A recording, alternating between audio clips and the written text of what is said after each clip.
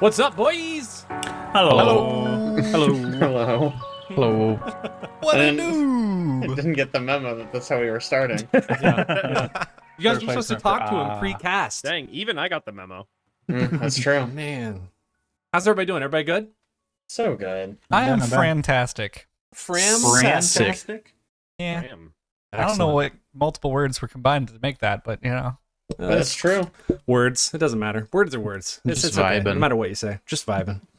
Just Hi, vibing. everybody. Welcome back to The Forecast, a bi-weekly podcast about everything games, film, and news. I am Aaron Juno. I'm Alex McCausland. I'm Ben Diaz. I'm Caleb Juno. I'm C Swizzle Mac Daddy. Yeah. And I'm Jake Better Kyle. On today's episode number 185, the SAG-AFRTA strike ends after nearly 4 months with some notable concessions from the studios, but some concern remaining about the gray area of AI. Formula One, a sport we've probably never covered on this podcast, has to deal with the repercussions of overestimating Vegas attendance and underestimating the savant-like nature of one of their drivers. And Game of the Year award nominees have been revealed. Plus, Rockstar has an interesting announcement. iPhone might actually be joining the rest of the smartphone world, and Larian Studios has a novel idea, games-playable-on-disc. Very exciting stuff. If you'd like to know more about what we do, you can follow us on our social channels. You can check out our website at wethehorizon.com, where we have a ton of original content for you to browse through, including our multi-arc Starfinder adventure, the Discord, and Signal. Additionally, everything we talk about is pushed out to our cast notes, which is pushed out to whatever podcasting app you're using. I said that twice. Anyways, let's get into it. Right off the top, I just wanted to have a quick shout out here about Extra Life. Yeah, thanks, Chad. Appreciate it. Can we try that again? A quick shout out about Extra Life. Yeah, Shout there out. we go. We had a lot of people stop by, see the stream. We had a lot of donations. We are currently at $6,261 raised this year. So, man, snaps all around. That's what I'm feeling. I'm feeling snaps. This is good stuff.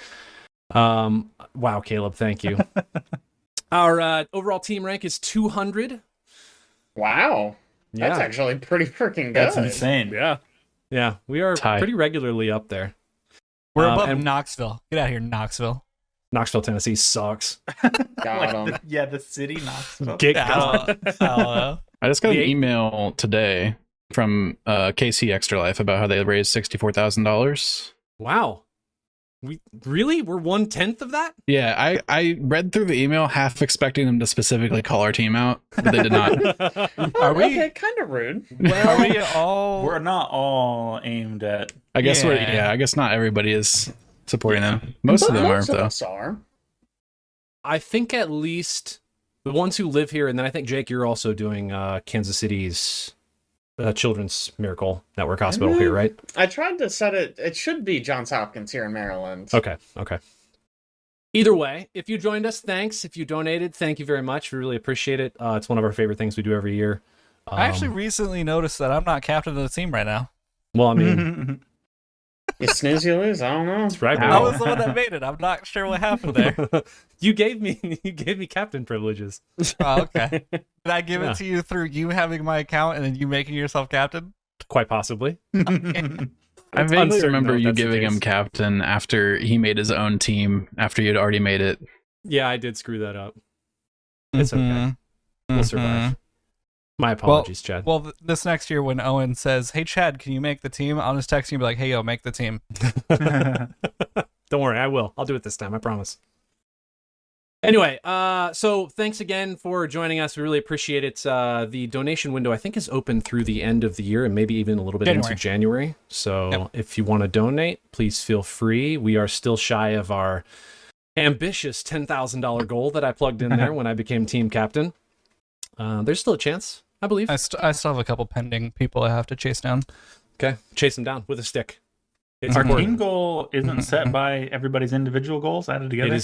It is not. It's kind of weird. That's weird. You would think it's cumulative, but it Yeah. is not. Anyway, that is Extra Life. All right, let's get into the rest of the things that we're doing on today's cast. First and foremost, it's time for another video game Immaculate Grid. Oh God, we're doing this again. I'm so scared. Yes. so I scared. don't even know what this is. Oh, it's buckle up, exciting, buddy. It's You're not miserable. ready. This is the new game show section of our podcast Yeah, where we yeah. play an Oh. entire game show. That's Oh, right. jeez. Oh, wow. this is- I joined yeah. for a fun one. This is VGig Or 1.1. terrifying. We've made some modifications to make this a little smoother and quicker. And I have some rules set up just to make sure everybody's on the same page. You have rules? Oh yeah. Oh, God. Welcome We don't do that to here. Video Game Immaculate Grid, the puzzle game that takes our cast members' video game knowledge and puts it to a test. This is puzzle number 2. Let me go over the details and the rules of the game before we start, just so everyone's on the same page. Here we go. Number 1, we use the Moby Games database. Very important. The reason we use that is because it's the largest database of video games that I could find, and it's very accessible, and the API is easy to use. Number 2, to be used for Video Game Immaculate Grid, games must have a minimum of 5 critic reviews in the database. That is important. Oh. There are hundreds, if not thousands, of games in the database that have 0 critic reviews and would probably skew data Sure. if we didn't exclude them. So I'm going for games that at least have some amount of reach. Mhm. Yeah. 5 reviews is very, very low. Like I saw even just from last time I was looking up some of the categories we had, and like BioShock was listed as like fitting the 1960s 2010, even though it came out in 2007, because there's a listing in Moby Games for BioShock for 2010 for some reason. Yeah. And I don't know why. Is it a port, maybe? Some sort of port, maybe. It might Or be. they did a remaster of it as well on PC, probably after Yeah, I think- 2010, though. Yeah, I It's think later than way that. after. Oh, well. Who cares? There's a lot of that weird stuff. Number 3, points are based on the number of games that meet the clue requirements. Now, Ben, since you haven't played, this is important. We're looking at of course, 3x3 grid. Columns have a clue and rows have a clue. You have to match up a game in a column and a row and get it to match that grid space. There can be multiple games for that grid space. There may be only one. The way we score it is, if there's only one game, that space is worth 10 points. If there's 2 games, it's worth 9, and so on and so forth, down to a minimum of 1. Now, I will show you what the scores are going to be right now. 2 As you can tell, tens. there are 2 10s, a couple of There's 9s. one. 3 9s! There's a 1. There is a 1. That means That's gotta be every the game. easiest one ever. Every game Yeah. that exists fits that category. Rule number 4, 3 strikes and you're out. Rule number 5, the most points at the end of the game wins the title of laziest employee. I couldn't think of a good title, so I'm just going to That's use what funny. we got Gosh. in. I like it. Wait, Hang on, employees? real fast. Is the 3 strikes you're out mean you lose or you're done guessing? Because there's a big difference. I mean, you're off the It's, podcast. you know what? You know what? This is 1.1, so we can decide as a group how we want to handle it. Owen. Yeah, no, you're out of here. We have a What do you rotating cast now, decided by this grid this thing. game. Mhm. I'm okay either way. Welcome, If you guys Ben. want to say Goodbye, you're Ben. out, your Oh, points geez. don't matter, or if you want to say it's just like you can no longer guess, because you could be in the lead with points. Yeah. I think Yeah, I you just gotta can't keep your guess anymore. points. Yeah, I'll just yeah, say no, gotta you can't keep your guess anymore. points. You keep your Fair points, can't enough. guess I'm anymore. not Okay. spinning a wheel that says bankrupt. I mean, you know what I mean? That's true. Rule number 6, most important rule, saying final answer locks in your answer to the game master, which is me. Mhm. At which point I will reveal whether or not you are correct. So let's set up the grid, which you already have. Let's bring in the scores, and I already have the points on here. 2 things. 1, if you guess and you are correct, you'll hear this sound. Oh, God. He did it. Oh, yes. If you took guess and hours. you're incorrect, you will hear this sound. Oh, that's a good I one. like Very that. fancy. That one works. Yes, it does. It does work. All right. The last thing we're going to do here is I think I'm going to roll a 1d6 here, and as long as it doesn't land on 1, that's who's going to go first. So let's see this. Wow. 4. All right. Jake, you're going to be up Oh, first. God. So let's take a look at this week's categories. We have... How do we have release- dice rolling over the top of our? Because I'm a freaking boss, Alex. Release 2017. Format. Oh, no. Remaster or remake. Platform GameCube. Critic score greater than 90. Primary setting Mars. And developer Naughty Dog. Alex, you didn't realize that we all opened Tabletop Simulator? No, it's like got a Foundry instance invisibly running over the top of our podcast. No Foundry instances. All right, Man. Jake, you are up. I am not going to talk as much as I did last time because it took up a crap ton of Video Game Immaculate Grid. I'm just going to let you think and talk, and when you say final answer, I'll tell you if you're right. Okay. Also, Alex, Format. don't Sorry. look at Parsec because there is a preview window that tells me when I have to stop on games. So don't be peeking over there. Oh gosh, okay. Format, remaster, remake. Primary setting Mars. Primary They setting did Mars. a remake of Red Faction Yeah. Gorilla. Yeah. That was called Red Faction Guerrilla. You got it. Is it Rearmed? You're so close. Rearmed. So close. I'm going with Rearmed. Final answer. Damn it! Oh. What is Very, it? very, very, very close. Oh my god, I know what it is! I'm so mad! I guess we should probably make a decision of whether or not when people guess ever so slightly off. I mean, I would say if you guessed the correct remade game, then you're good. But that would be my I mean, He did get it, I believe, I do. 3/4 of the way correct. Yeah. All right. Well, then, in that case, you are correct, sir. is it guerrilla warfare? It is remarstered. Out of here. Remars. Yeah. I also thought it was Warfare. No, Remastered. because it takes place on Mars. That That's is so good. 9 Man, who could have thought points of it? for Oh. Jake. Alex, I'll let you take care of that. 9 points for Jake. He's in position Yeah. 4, by the way. I feel like even saying it out loud, like guessing It's- remastered, like I wouldn't even Yeah. think it was a thing. Yeah, it's pretty bad. It honestly, it sounds like something Jake would have said as a joke answer. As a joke, right? Yeah. Oh no, it's on the wrong spot. Just put it on Chad's. It'll fix it. All right, Ben, you are up. Oh no. I got 9 points. Let's go. All right. Let's go. Platform GameCube critic score greater than 90.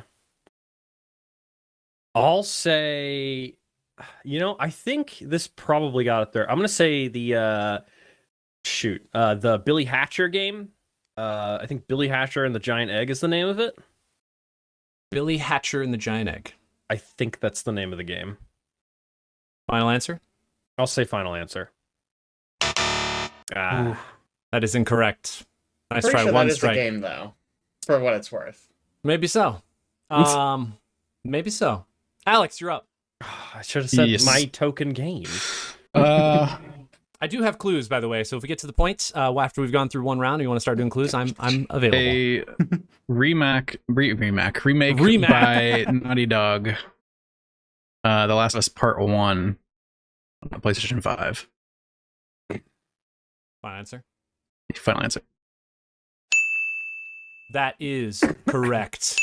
Yay! That's some points there too. That's not even 8 the one I points. said. That's a different remaster of that game because there's 2 of them. Got him! Oh, which wow. is ridiculous. It is When did ridiculous. that game come out? Not that long ago. Yeah. Okay, Caleb, we're on to you. I'll show you the All points right. again. Here's Oh, what's thanks. left. There's a solid 1 right there at the top. Row 1, column 2. 1 whole point. You can do it. I'm actually going to do critic score greater than 90, released 2017. And Divinity Original Sin 2. Nice. Final answer. Is that when that game came out? Yeah. That's crazy. That is crazy. Final answer? Yeah. Damn. Did it Crazy. not do well with critics? It must not have. Incorrect. That's Incorrect. insane. That game's so good. Is Chad. 2017 correct? All right. I'm like 90% sure it is. 95% sure. A 4-pointer here. Little GameCube action. Critic score greater than 90. Okay. We're gonna go with Resident Evil 4.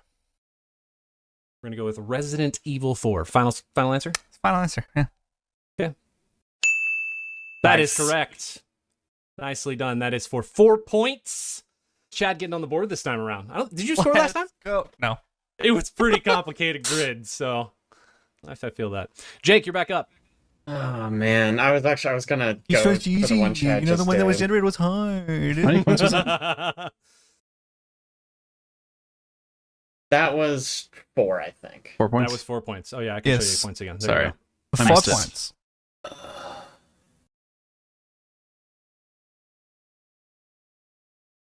Oh man. Okay, I'm just gonna take the low hanging fruit. Remaster, remake, critic score more than 90. Resident Evil 4 remake. Is that a final answer? Final answer. Yes. Are you sure? You know what? I'm pretty sure. Yeah. Resident Let's Evil 4, go. Resident Evil 1 4. point. Why not? There were 15 games in that category. So, Wow. yes. Yes. But on to Ben. All right. I'm going to go with release 2017 primary setting Mars.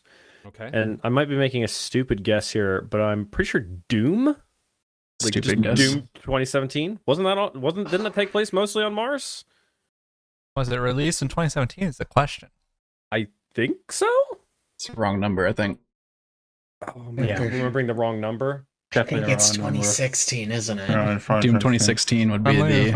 Oh no. You were Well, close. then why'd they call it Doom 2017? That's what I I guess. want to know. I guess that. I mean, I want to take it back now, but I think I've been told I'm wrong. So I suppose that was my final answer. I mean, you didn't say final. You didn't say answer. it. You didn't say it. That's We true. saved you. One.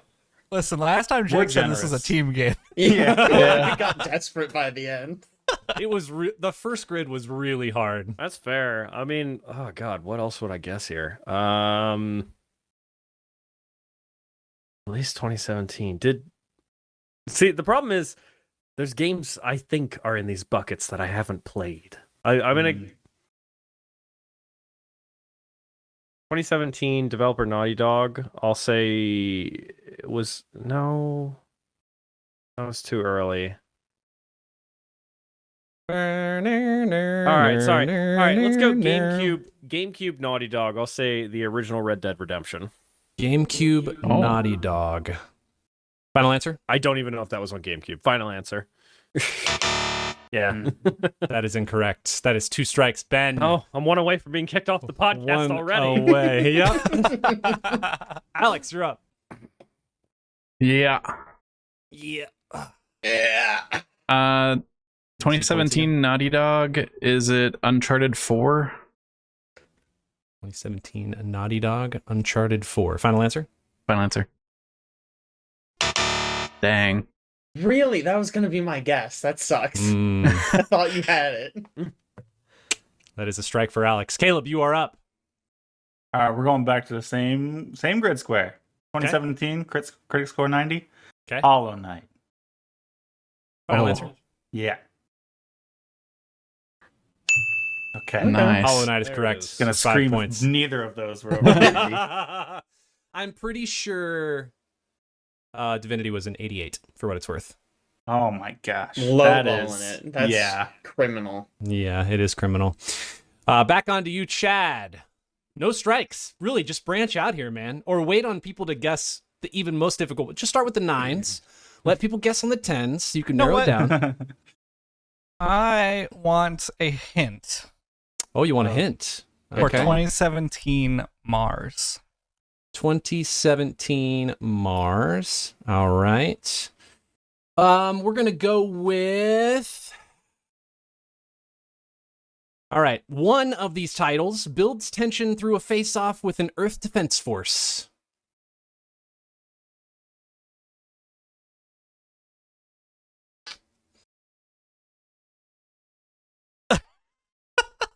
Good luck guessing which one, I Oh, guess. sorry, that is the wrong. I'm looking at the wrong category. Let me reread the clue. I have the right It's clue like- now. Is that not Red One Faction? of these titles takes a slightly different perspective on a classic Marine. Oh.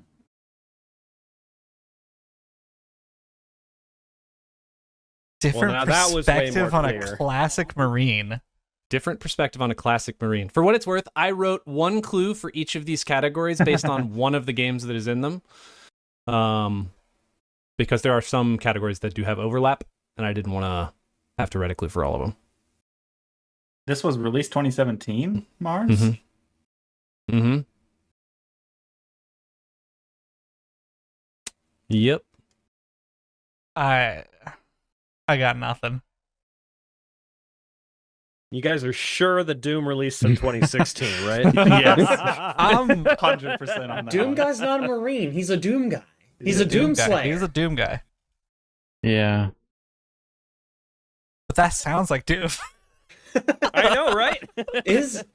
Okay, this is gonna be stupid. Halo does not take place on Mars, right? At no point. One of and he's them also might. not a Master Chief's also not a Marine.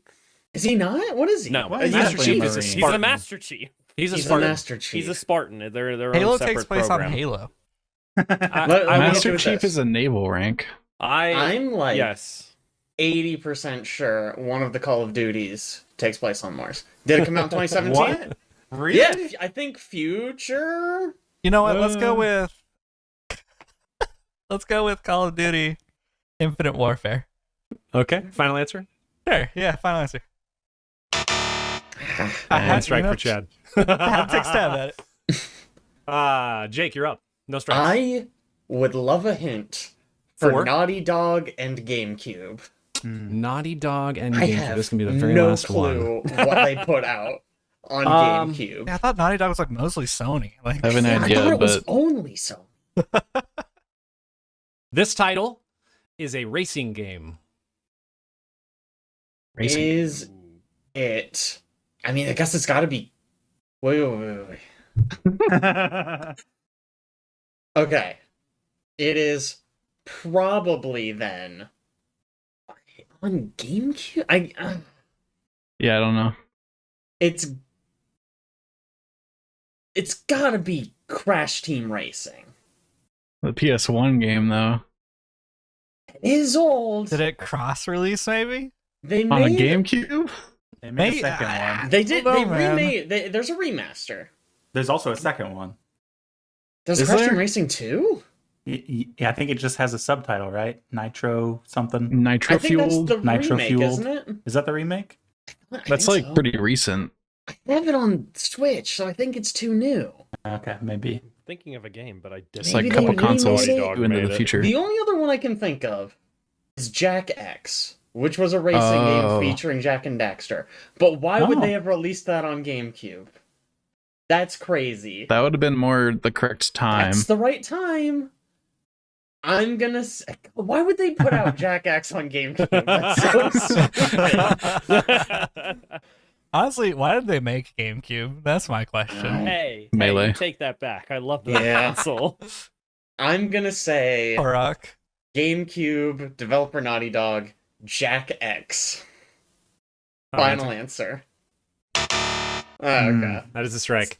It's gotta be a Crash team of some sort, right? You'd think so. Ben. All right, if we're doing hints now, can I get? Sure. Listen. Hey, I got 2 strikes. I got to take everything I can get. Yeah, Yeah, I got you. Can I get a hint for GameCube setting Mars? GameCube setting Mars. Sure.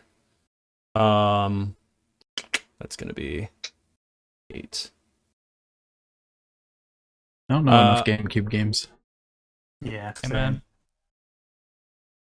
Let's see. This is going to be this is a I don't like the way I wrote this clue.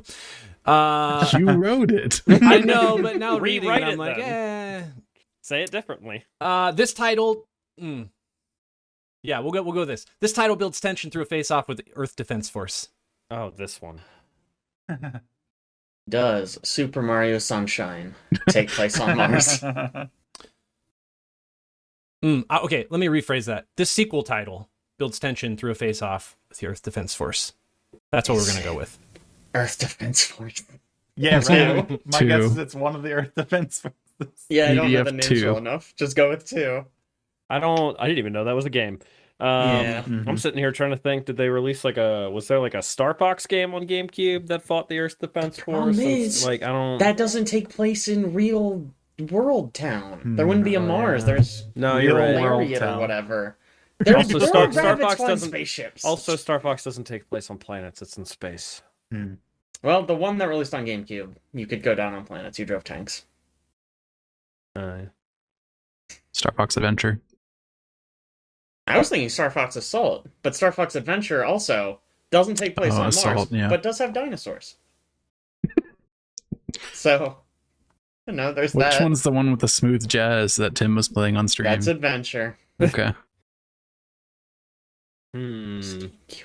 It's gotta be Earth Defense Force. I think there's EDF 2. 1, 2, 3, 4, and then like Iron Rain, 4.1. and then 5.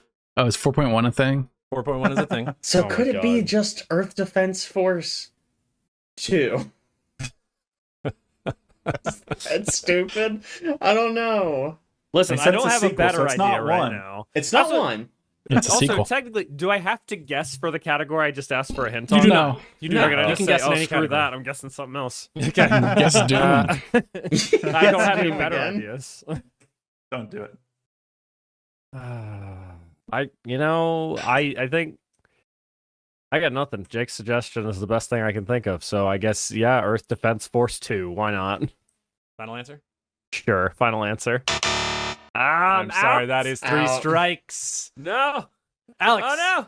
Here I go. I'm out of the podcast. He's off the cast. Already, that was quick. How is Naughty Dog 2017 not Uncharted 4 is my question. What did they make? Can I go Google the What did they answers make now? then? So they made Uncharted 1, 2, 3, and then The Last When of did Us, and then when did 3 come did The out? Last of Us come out in 7? No, that was earlier than that. Could it be one of the Last of Us remakes? And is that cheating? I They bet it did. counts, but I think isn't remastered too recent. Didn't think they? so. They made I think it was DLC actually. There was like an Uncharted like open worldy thing featuring the girl from Uncharted. Oh, Like the cool girl whose name I don't know. Chloe? I don't think that's right. She wears red. That's Yeah. what I know about her. Chloe, want and a then hint? the other girl. Well, No, you could get a hint. No, never mind. No, he's too good for that. I think I Hey. know it. oh, what is the subtitle of that? It's like Golden Compass. Lost. Legacy. Okay, what's the hint?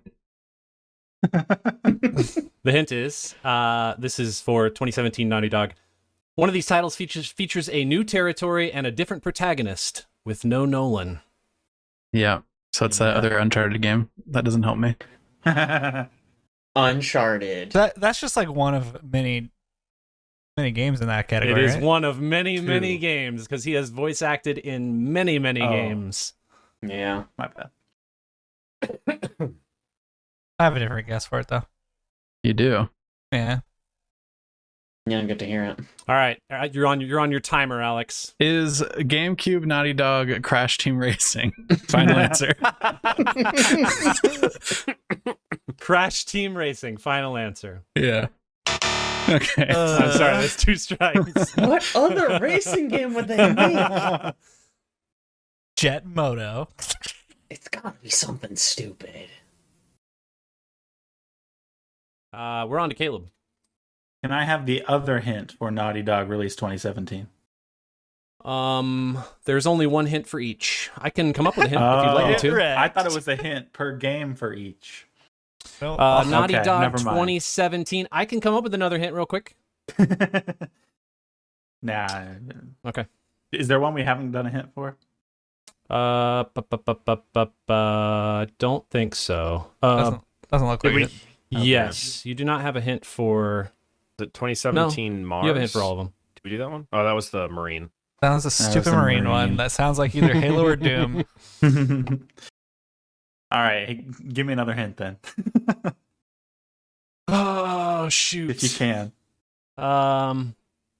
Okay. For which one? Can I pick the category then? Yeah, you can. Sure. All right. 2017 primary setting Mars. One of these titles is in VR. Yeah, that doesn't help me. All right, 2017 primary setting Mars. Is it Lone Echo? Final answer. Let's try 2 strikes. Chad. All right, this one's gonna be quick. I'm gonna rip off the Band-Aid. 2017 Naughty Dog Crash Bandicoot Insane Trilogy. Crash Bandicoot Insane Trilogy. Final answer? Yeah, that's my final answer. Nice. That is correct. That came out 2017, huh? Did Pretty Naughty Dog make that? Yeah, it did. Huh. That is 9 points for Chad. Jake, you're back up. Okay. Release 2017. Primary setting Mars. Doom VFR. Yeah. That's Doom a thing. VFR. It's Final gotta be answer. Virtual fucking reality. Final answer. I, don't I know hate that this being so a thing. much. If it's a thing. Oh my Yeah. I gosh, was how so bad close. is that game? Because it's Doom. They put it out slightly after 2016. No. Yeah, after he said it was After VR, I got Doom it. I'm just 16. thinking of Slightly- how rapid I whip my mouse around and how Oh my sick God. and fast I would throw up if I I played would that game get in sick VR. instantly. Yep. I would put the helmet on, throw up. They have Done. done Doom. I've learned they've done Doom in so many different formats. There's a rail shooter Doom. Is there? Oh. Yes. Wild. There's so many different ways of playing Doom at this point. Jake, I play Doom in my bed every let's see night. who was that. Who was that? That was me. That was Don't try to Jake. take All away right. my points. Back to I got back it. to Alex. Dang. Are we still doing hints? Do we get one hint? Do we get multiple hints? Well, there's We only already one game had in each of hints these for both of categories. these. There's It's Earth one Defense game? Force for Mars. Yeah. That's why it's And 10 it's a- points. It's a GameCube racing Mars. game for GameCube. Racing game for GameCube made by Naughty Dog. I say the only one I know is the only racing game I can think of that we haven't mentioned is Hydro Thunder, but that's not made by Naughty Dog, I'm pretty sure. All right, so Alex is about to get a final X, right? So that leaves Caleb, Jake, and I, right? Mm-hmm. I'm questioning How many my- rounds do we want to go through? Do we actually want to go through all of our X's, or do we want to just like? Let's do one more round maybe, and if we don't get it, Yeah, I should actually I have give 2 up. X's. So this is my last round. Oh, you anyway. should. Yeah. Okay. It's GameCube. GameCube not. It's got to be something just like completely. Well, now you have me questioning Off the whether or not wall. this is correct, but I am certain this is what it pulled up. I'm bringing it back up again. But what would you like to guess? Did we have a GameCube Mars hint? Yeah. Oh, it was the EDF one. EDF. Yeah. Do Earth Defense Force EDF 3. 3. Earth Defense Force I 3. will say. Final answer.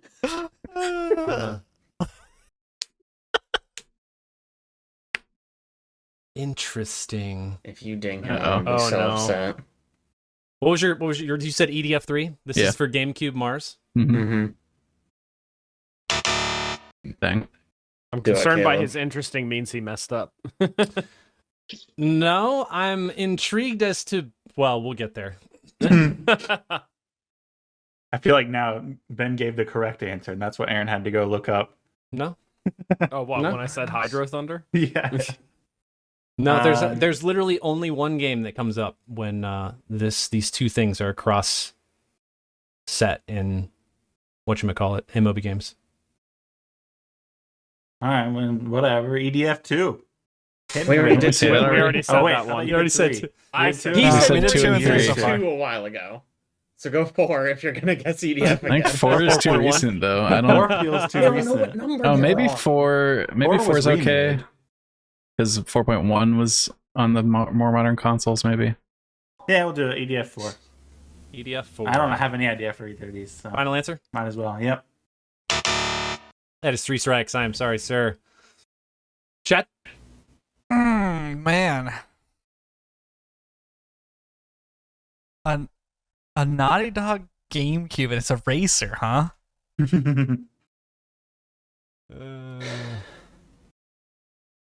They make like a space racing game. They haven't made that many games. Yeah. Did they make Double Dash? Is there like a Naughty Dog You mean like? Mario Kart? Mario Yeah, Kart. maybe they just snuck in there. Is there like a Naughty Dog like an All Stars racer or something like that, where it just brings all of the different games together? Huh. I think at the time, I don't think they would have had enough games. Yeah, it would have just Not been in the Crash GameCube Bandicoot era. and Crash That's it, Bandicoot, I Jack and think, yeah. Daxter, Jack and Daxter. I just don't know. Like I feel like I mean I don't know. You know what? I'm just gonna go with a random Wait. out of left field guess of All Stars Racing for GameCube Naughty Dog. Final answer. Which one are you going with? Say that again. I don't know what's titled, but All Stars Racing. I don't know. All right. I'm sorry, that is incorrect. Jake. We're sure it's a racing game. That That's was what the the hint hint. was. Okay, because Yeah. I thought up Crash Bash might have gone Mm, GameCube, but there's That's no PS1. racing in that. I think Yeah. I have literally no idea. Hmm. Yeah, I would. Yeah, go ahead. GameCube Naughty Dog Splashdown. Final Did they answer? make that? Final answer. Watch this be it. Oh boy. Did they make Echo the Dolphin, and does that count as a racer? All right, it's just Chad and Jake left. Ah, it was Dreamcast. Never mind. Yeah. Chad, if you don't get one of these, Jake automatically wins here. So Yeah, well, you No know. pressure. GameCube Mars just one of the older Red What? Faction games. What if GameCube Mars Like the first is Red just like an Faction. older Doom? Ooh, Let's just go with like I Red Faction. don't think they released 2. Doom on GameCube. They could have. Pretty sure. Because I'm gonna Gorilla go- was after several Red Faction games, I think. Yeah. Gorilla was definitely a later one. Mm-hmm. Could go with the Red Faction. Red Faction 2. Don't know It's a what sequel. Red Faction though. Yeah. He said it was Red a Faction, sequel. Red Faction 2. Oh, he did say it was a sequel. Yeah, Red Faction Okay, 2. we're gonna go with, and that's my final answer. Red Faction 2. Does that have a different subtitle? Oh my god! Nice. it is in fact No Red Faction 2 Fucking for way. 10 points, putting Chad in the lead. Oh no. It's kind of a group Oh, effort. Naughty Dog GameCube. Dude, none of Shit. us have any idea, man. I don't know We'd help what if we could. they made. Oh, this is excellent. We're gonna be mad when we see this, probably. Yeah, I'm actually. This one may just be for some reason incorrect based on the lack of guesses, but I have not had a chance to like really dive into why it's listed this way while we're doing this. Jack Team Racing. Final answer. Yeah, Jack? I don't know it. Any final guesses? Oh, for me? Yeah. Yeah. You already win, so you know. Victory lap though. Yeah. All right, so we're saying Naughty Dog. Naughty Dog makes Sonic GameCube. Adventure 2. How about we just call it Naughty Dog Racing? Final answer. Alright. The answer you were looking for is Crash Nitro Kart. What? I told you there was another one. Whatever. What? So it is Now, Crash Team Racing, I will just with say, a different name. When you Fine. really It's a dive different- into this, it does show the developer as Vicarious Visions, but apparently Naughty Dog had some developer input on this when the game was started. That's why it's pulling up on Moby Games' database. You know, I think that's that probably means it doesn't count, which means this Well- whole game doesn't count. It's, Yeah, Really, I'm the okay with points that are a too, wash. Ben. Yeah, yeah. What'd you say? Yeah. I'm points okay are with a that wash. too. Let's do Yeah. it. Ken. Thanks, Kate. I didn't know that there's another Crash Team Racing game. Well, I guess it's not a Crash Team Racing game. It's a Crash It is Nitro Kart, which is It is a different different. game. It is a different game. For what it's worth, other games and categories you could have guessed for 2017, Critic Score 90, Super Mario Odyssey, Legend of Zelda Breath of the Wild, Little Busters English Edition, Mario me? Kart 8 Deluxe, yes, Little Busters English Edition. For Mars 2017 was also Unearthing Mars, which is a VR title. The Naughty Dog 2017, the other answer was Uncharted The Lost Legacy, which Jake actually said the right word that. for. The Lost Oh, Legacy. really? The Lost, Lost Legacy. Legacy. There it is. For remaster, remake, Critic Score 90 plus. We have so many. That's a Metroid Prime ton. Remastered, Last of Us Remastered, Demon's Souls, Legend of Zelda Wind Waker, Ocarina of Time, Super Mario All Stars, Persona 4, Resident Evil 2, Majora's Mask, Shadow of the Colossus, Resident Evil 4, Final Fantasy 7, Super Mario World, Super Mario Advance 2, Xenoblade Chronicles, and Higurashi When They Cry, Chapter 3, Tata Rigorushi. Well, good for Don't know them. what that is. Yeah. Excellent it's a visual pronunciation. novel, baby. Thank you. I Thank didn't you. know that was originally a visual novel. I know about the anime, but Oh yeah, it's a visual novel. Let's see. For remaster remake Mars, we also had Doom 3 BFG edition. Oh, duh. That was I guess I actually didn't give you a clue for that one, but Got it too fast. The Last of Us remastered, that one, remaster remake Naughty Dog. Also you had Uncharted the Nathan Drake collection and Crash Bandicoot Insane Trilogy also in that category. GameCube, critic score 90 plus, Metroid Prime, Resident Evil 4, Legend of Zelda, Twilight Princess, Wind Waker, Madden NFL 2004, and Prince of Persia: The Sands of Time. Oh wow! What? That was on GameCube. Yes. It was on I got both. 90 plus. So this Crash Nitro Kart game is after Activision owned Crash. I don't know Yeah, if I'd count that. that one's a weird one. Good thing nobody got points for it, so it doesn't even matter. No, I mean, Anyway. I'm telling you, it means the whole game's off. Means it's a wash. Chad, congrats. 23 points. You've won a game. I'm so proud. Well In done. the beginning of that, I was clueless. Didn't think I was going to get any of them. Red Faction 2. And then I got Crash Insane Trilogy, and the whole game flipped upside down. All right, thoughts on V1.1? Still too difficult? Do I need to ease down on the difficulty, or was that good? I think we got 9 That's out of pretty 8 good. out of 9. That's pretty good. That's pretty good. Okay. All right. I'll try to stick in that Those are a realm. lot of fun. I don't know how everybody else feels about it, but I have a blast with this. For what it's Turns out I don't know what year a single game was released. Cannot think of a single year. I don't know. I have no concept of time. Was, I think, 2013 is what we had. Does that sound right? Man, that was hard. Nobody had No, it was a guess. 2010. There's 2010 2020 games. 10 Oh, it's was sounding right. 2010. so long ago. And we I had was a You're like, child. what happened in 2010? Yeah. We had settings 1960s too, which is also very difficult for everybody. All right, I'm yeah. pretty sure Insane Trilogy was not made by Naughty Dog. Insane Trilogy, not made by Naughty Dog. It's developer Vicarious Visions. Same people then as. Yeah. I wonder why it's listed on It's Moby Just Games as probably because Naughty it's Dog. originally their IP.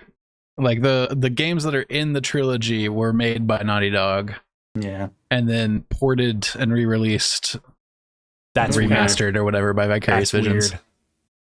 Huh. Okay. Well, I'll try to stay away from things that look like they're remastered in the future. That's a good clarification.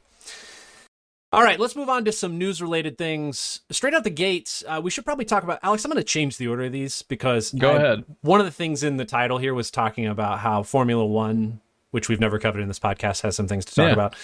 I want to talk about how Max Verstappen can't be Verstopped because that is the best freaking headline in this news section. That was right off the dome. I just typed that. That's very good. I tried Googling it to see if anybody else had said it. You've coined the phrase. I think you have. I think it's you now. Yeah. Never stop Verstappen. This was brought to my attention. I don't know. I was watching something random and they happened to be talking about F1 and how ticket sales and resale values of the Vegas race are way down, even though it's supposed to be like the premier event for like the end of the F1 circuit, because Max Verstappen is already the champion of the league. I don't know what you call it actually. Is it a league? I don't know. It's just called Formula One. That's what. Yeah. That's what Sure, F1 he people is call it. Formula One champion already, because Champion the of way circuit. I don't know. the way Oh, it yeah. works in F1 is every placement you get for the races throughout the year gives you a certain number of points. And he has so many points at this point that he literally can just not participate and still get first place for the year. Is he participating? I think he is. Yeah, he is because he was. Yeah. Gotta get There was that some commentary sponsor him money, about man. like being upset about how poorly the starting stuff was for before the race, because there's still stuff going on right now for Formula One in Las Vegas, like pre-race shows and celebrations, and apparently they had some intro stuff, and he was just like, "Yeah, this is stupid. Let's just not do it." I just thought it was interesting. Like, resale values have gone from absurd. They're still super expensive. I don't know how expensive F1 tickets are, but it's gone from like $1,500 for a ticket to like $700 for a ticket, which still stupid. I don't know. Can you even see most of the race? Probably not. You sit in the stands and watch them whip by, and it's like, oh, You okay. get to hear Nyom every, Yeah, that's exciting. He had just recently, his record or his streak had stopped back in early September. He had 10 Grand Prix wins in a row, just back to back to back to back, just dominating. This is his third year winning overall in a row. And a lot of people like to like hand wave it off as like he wins because he has the best engineers and the best pit crew, which does definitely contribute. He does have the best engineers and the best pit crew. I saw a video of his pit crew. They have a record, I think. They change his tires in 2.01 seconds. Mm-hmm. I watched the video of them doing it. I didn't notice them change the tires the first time I watched it. I had to go back and rewatch it. It's so fast. But yeah, he's actually just like, they call him like a generational talent. He's actually incredibly good at racing, it turns out, on top of having the best people work with him. So like, for instance, in the Belgian Grand Prix, he went from 14th place to first in 12 laps and won the race by 18 seconds, which is kind of like unheard of in that scene. Yeah, like just being able to overtake that many people that quickly is insane. Yay, sports ball. Yeah, wild. I don't know. It's very unique. No other sports in general feel like they have that situation where you have won so many times throughout the season that, like, that'd be like the NFL. Everybody plays and somebody just goes undefeated up until the Super Bowl, and they're like, well, we don't even have to play, we win. Yeah, that's really what I wanted to talk about. Was like, that's cool. It's so weird to have it set up that way. How is there not like a different system in place that requires at least like a little bit of excitement for like the final race? You got to imagine it's just an expectation that nobody's going to do that good throughout the season, you know? Yeah, I don't know. Like what if we applied points to NFL teams throughout the season and like it was just decided before the Super Bowl? I don't like that. Yeah, I mean, it kind of makes more sense than one game deciding it. I mean, there's a lead up, obviously, but yeah. Well, there's a lot of other sports that do series, right? yeah, right. So football is a little strange. Probably should be like a baseball series of 7. Mm-hmm. I mean, you get 4 quarters. It's 4 but it doesn't matter if you won 3 quarters if you lose the last one. That's true. Yeah, well, it doesn't matter if you've defended your cash out all the way up until the last second. That's then right. Again, I don't. Racing's weird because like, how would you organize it differently? You can't really do like a bracket. You can't like race 1v1s a bunch of times. We want pink slips. Let's go. Then there's the whole issue of like they seed the races for like your starting position, and like, what if you're like really good but you're like in the back or something? Yeah, that's like, then you better be in the front. How do you get to? You can't get to first place pretty much from the back. Just I don't know how you do really that. Fast. I think they've also done reverse seating before, which just seems like punishing people for doing well. Well, don't do well. Yeah. Easy answer. Just It's throw the the last entire race. season and then. What a strange sport. Also, it's the only sport I know of that's like, it encourages cheating essentially. Like, throw as much money as you can at your car to make it like superior to other cars. It's not like standardized across the board. It's like taking like enhancing drugs or something for like other sports, except for, you know, it's your vehicle instead. Yeah. And then on top of that, taking enhancing drugs while you're in the vehicle. So strange. Very strange. Also in news world, we should probably talk about a couple tech items. First and foremost, Steam Deck recently announced an OLED screen. Yeah, this is like, they're just like replacing the Steam Deck with the SKU. They're selling through the old stock, and this is like the Steam Deck now. I think it's like the same price as the old one, and the old ones are discounted a bit until they run out of them. But it looks pretty sweet. It's an OLED display. It looks very pretty. It's slightly. I mean, is it worth buying an entire new Steam Deck for the new screen? No, I don't know. Like, if you could resell your Steam Deck and get like a good amount for it, would the difference be worth it? Maybe. Is the only difference between the old version and this OLED version the screen? There are no like ergonomic differences, no upgrades to like. Okay. The screen is slightly larger, which means the bezel is a little bit smaller. And also it does 90 hertz instead of 60. Hey, I don't have a Steam Deck yet. Maybe I'll get that. Hey, I have was one gonna for sale, say. Ben. What'd you say? One for sale. Because the OLED is thinner, like the panel's thinner, they can fit more battery in it so that it Nice. lasts longer. Oh, so that's quite a bit different, actually. Yeah, I guess when you think A lot of about it, improvements. it's a couple improvement. In terms of performance, it's the same. Sure. Okay. So same. Which- I believe they have the same APU in there. It already performs really well. And I don't know that, at least the quality of games I'm playing on the Steam Deck, it's not like I really need to get an OLED screen. Visuals are not of the utmost importance, I think, for the games I'm playing on Steam Deck. I played the first God of War like halfway through it on the Steam Deck and felt it was pretty okay.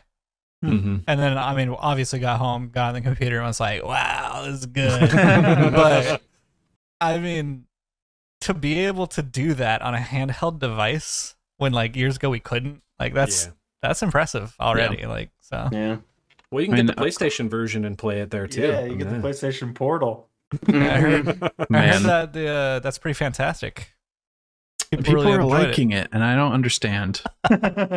It's because Sony fanboys will be Sony fanboys. Kind of how like Blizzard fanboys will be Blizzard fanboys, and they'll always play like, I don't know, Overwatch, for instance. I saw a video of somebody using the who still Portal. plays Overwatch? Some people play Overwatch. Nobody's saying, right? I mean, we don't know anybody who does, do we? Gosh, not a okay.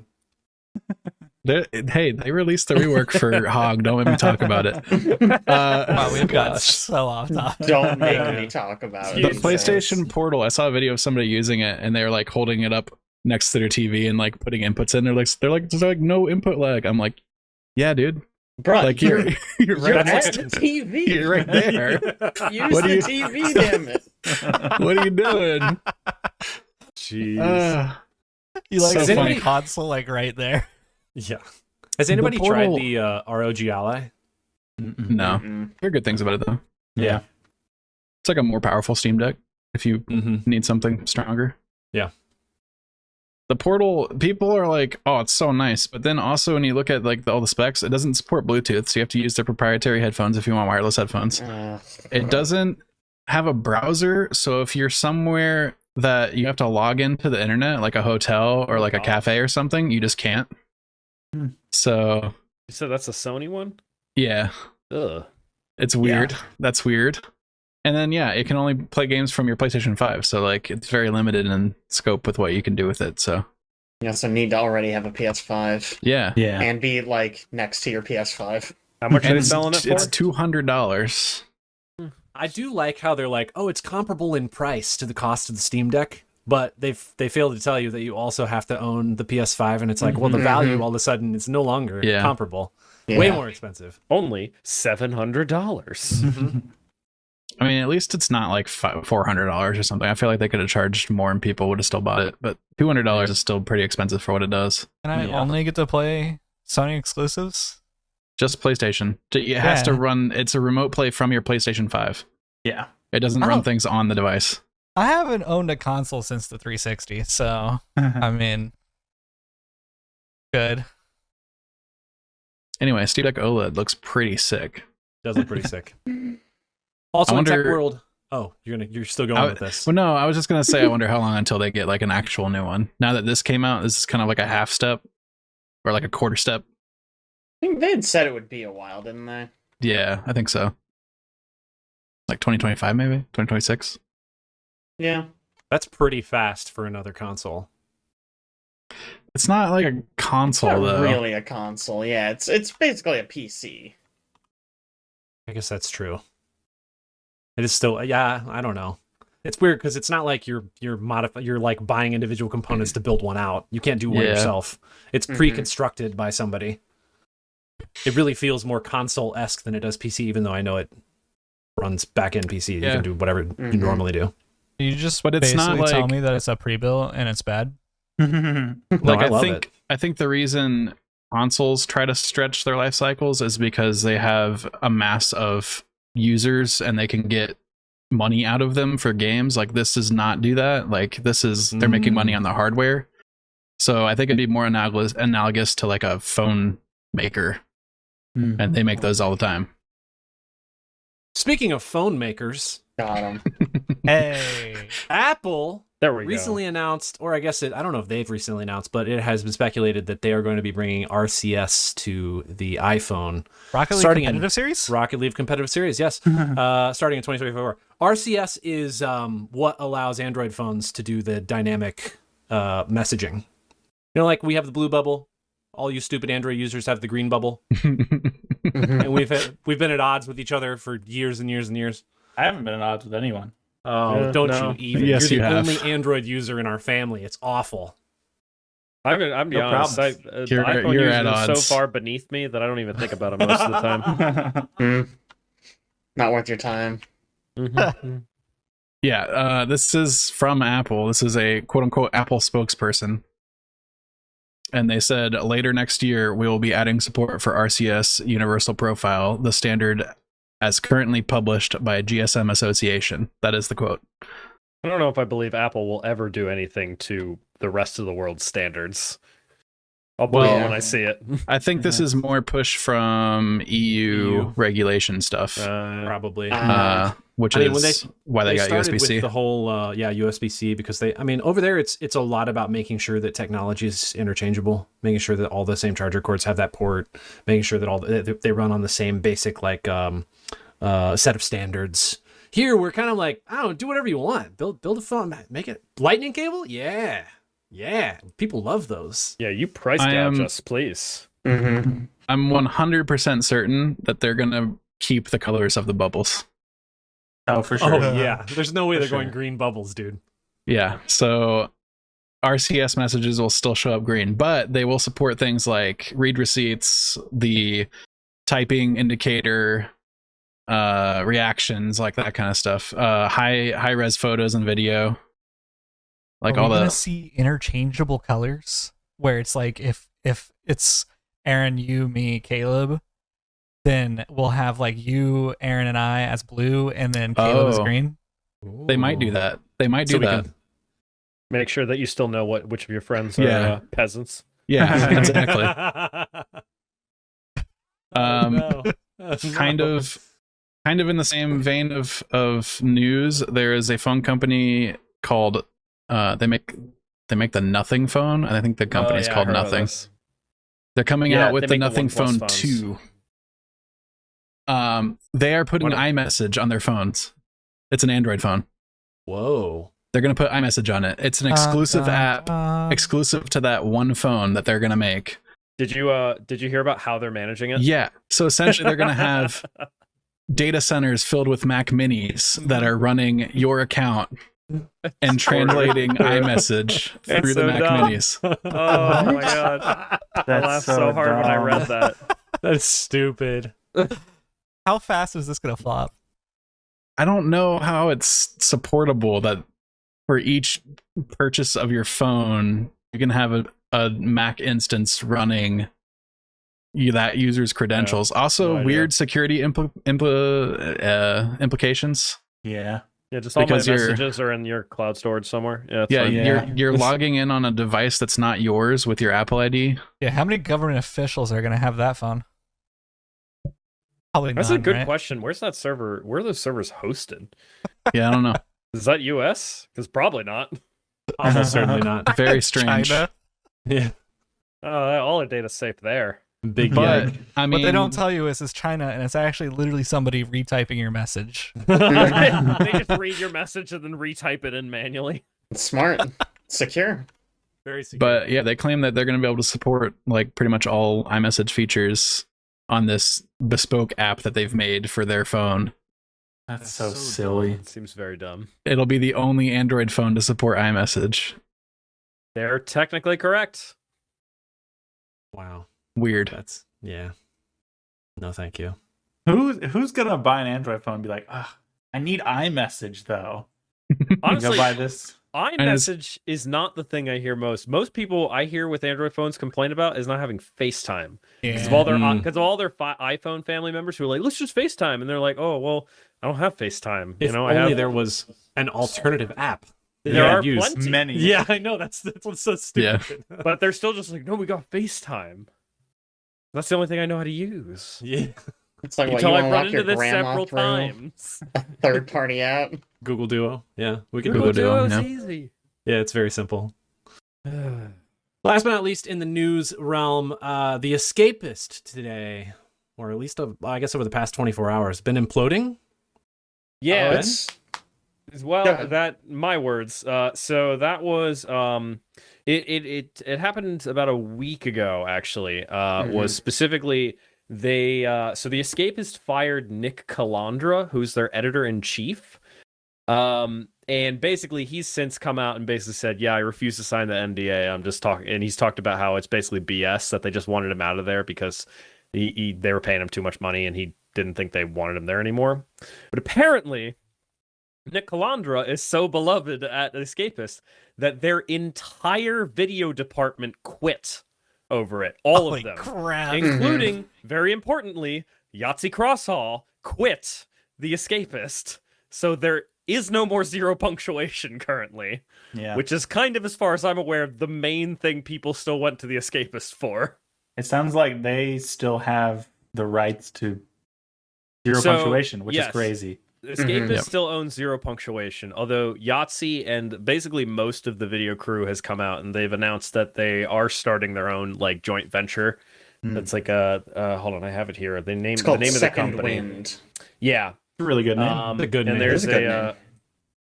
I think there's like a Patreon out or something too that for them right now. But There's a Patreon. They just started putting out videos again. Yahtzee's new series, Fully Ramblematic, just ran its first episode yesterday. yeah, And they put out a new episode in a series that was going on called Design Delve, which is also very good. That guy got to keep the rights to his, so I don't know. I don't know how they got 0p.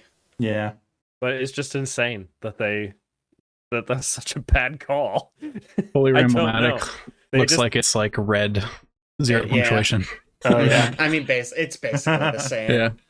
Also, I think Fully Ramblematic, the name comes from like an old thing that Yahtzee did before Escapist. So I he's think like it revived was that. maybe like his original thing. And it's like the name of his website as well, is like fullyramblemematic.com. I don't know. No, dude, it's insane. Like, literally, the guy they tried to fire, there were a few other people, but the main one was Nick Calandra, and he's basically the guy. I don't know if anyone knows about this on this podcast, but The Escapist basically died several years ago. It was really big, maybe like 10 years ago or whatever, when we were in high school. Longer than that, I guess, Jesus. But then about 5 years ago, they brought this guy on, and he just revitalized it, and they started putting out a ton of new content, and they started a Patreon, and buzz started forming around the company again, or the site again. And so now, I guess they just decided they didn't want to be successful anymore. They'd rather just not do anything. Oh yeah, 2019 he got promoted to editor-in-chief. He was actually still working there before because he's been there for like 14 years. But yeah, I don't know. It's crazy. Wild. So they're Over just there like rolling a not nat 20 making or videos nat one. anymore.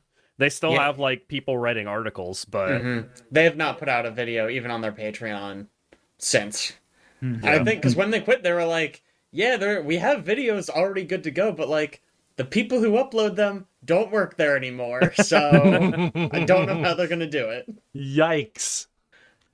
Well, good luck to the Escapist, I guess. Yeah. Like how are they gonna be a thing anymore at all? Like I don't know. I honestly, I feel like I've heard stories of it like for several years now about the Escapist like management team being crap. Like I feel like every once in a while you hear a story coming out of there about people talking about how awful they were. So I'm not that surprised.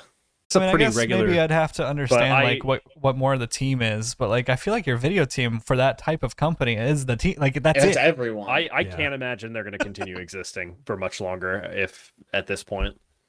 I think so they did a podcast, Yahtzee and Nick, not long ago, and it sounded like basically, and I'm not surprised to hear this, management was like, "Yeah, zero punctuation's the only profitable series we run. We need another one like that." And so they basically just viewed everyone who wasn't Yahtzee as disposable. And it's like, well, you're not just going to get another zero punctuation out of nowhere. You got to build it up. And they were like actively building it. And I guess the suits were just too short-sighted. And we're like, nope, you didn't crank out a hit in 5 years. You're out of there. Not interested in slow and steady. We're interested in right now. Man, It's this also- is a common theme for us. We talk about a company that we've recently read some news about, and it's like, yeah, the C-suite people making some decisions that nobody thinks make sense, and then people leave, and then there's just this giant fallout. Well, it's yeah. I mean, I feel like I've kind of felt like writing might have been on the wall for a bit because, I mean, I will admit I watch the zero punctuation videos on YouTube. I don't watch it on the Escapist site. And like for the last, I don't know, maybe 6 months, like every video started up with basically Yahtzee doing a little bit where he's like, hey, you should like donate and please come to our site and sign up and stuff like that instead of just going into the video, including the last like month of which I think they said it was because YouTube changed some policy or something like that, but they bleeped out all the swears in his videos on YouTube, and they were like, if you want to hear me swearing, you got to go to the actual site and sign up. Like, it just felt like more and more of a like just an attempt to drive more people to actually like go to their site and pay money. I was like, they're sounding a little desperate. If I'm not mistaken, the YouTube policy is basically if they detect swearing in your videos, they'll demonetize it. Oh, just at all. And I think now? it's the 'Cause first. used to I think just it's be the first minute. like. Yeah, I think it is the first minute. But I mean, if you think about his, I guess his content, videos are only like 2 minutes long. Yeah. Yeah. Okay, let's move on to they probably wanted the ad revenue. Go ahead, move on.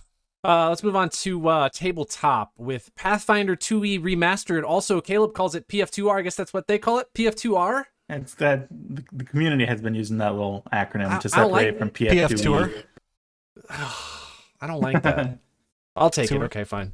Hey, It's so, a good way Aaron, to distinguish it's between not, the two. It's not a second edition game anymore, so you can play it. It's second remaster. It's Second different. remaster. True, Second true. Remaster. Got it.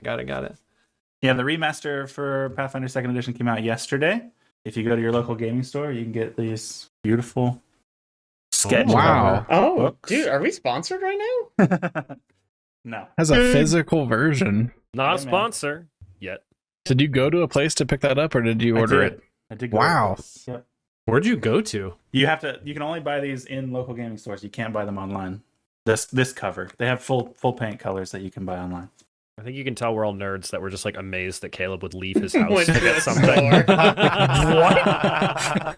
You went Yeah, I outside? Went I have to a game Amazon store, Prime. Touched grass. like by yourself. Didn't invite anybody. Do you want Caleb, to go to a you store with should- me so I can pick You up some should books? have invited me, Caleb. Would you What are like you to go to a thinking? game store with me? I would have flown I over. believe you. But yeah, the remaster came out. It's got tons of updates for the game. They also released a FAQ alongside of it, so not all of the classes are in this player core. Only about half of them, maybe less than half of them.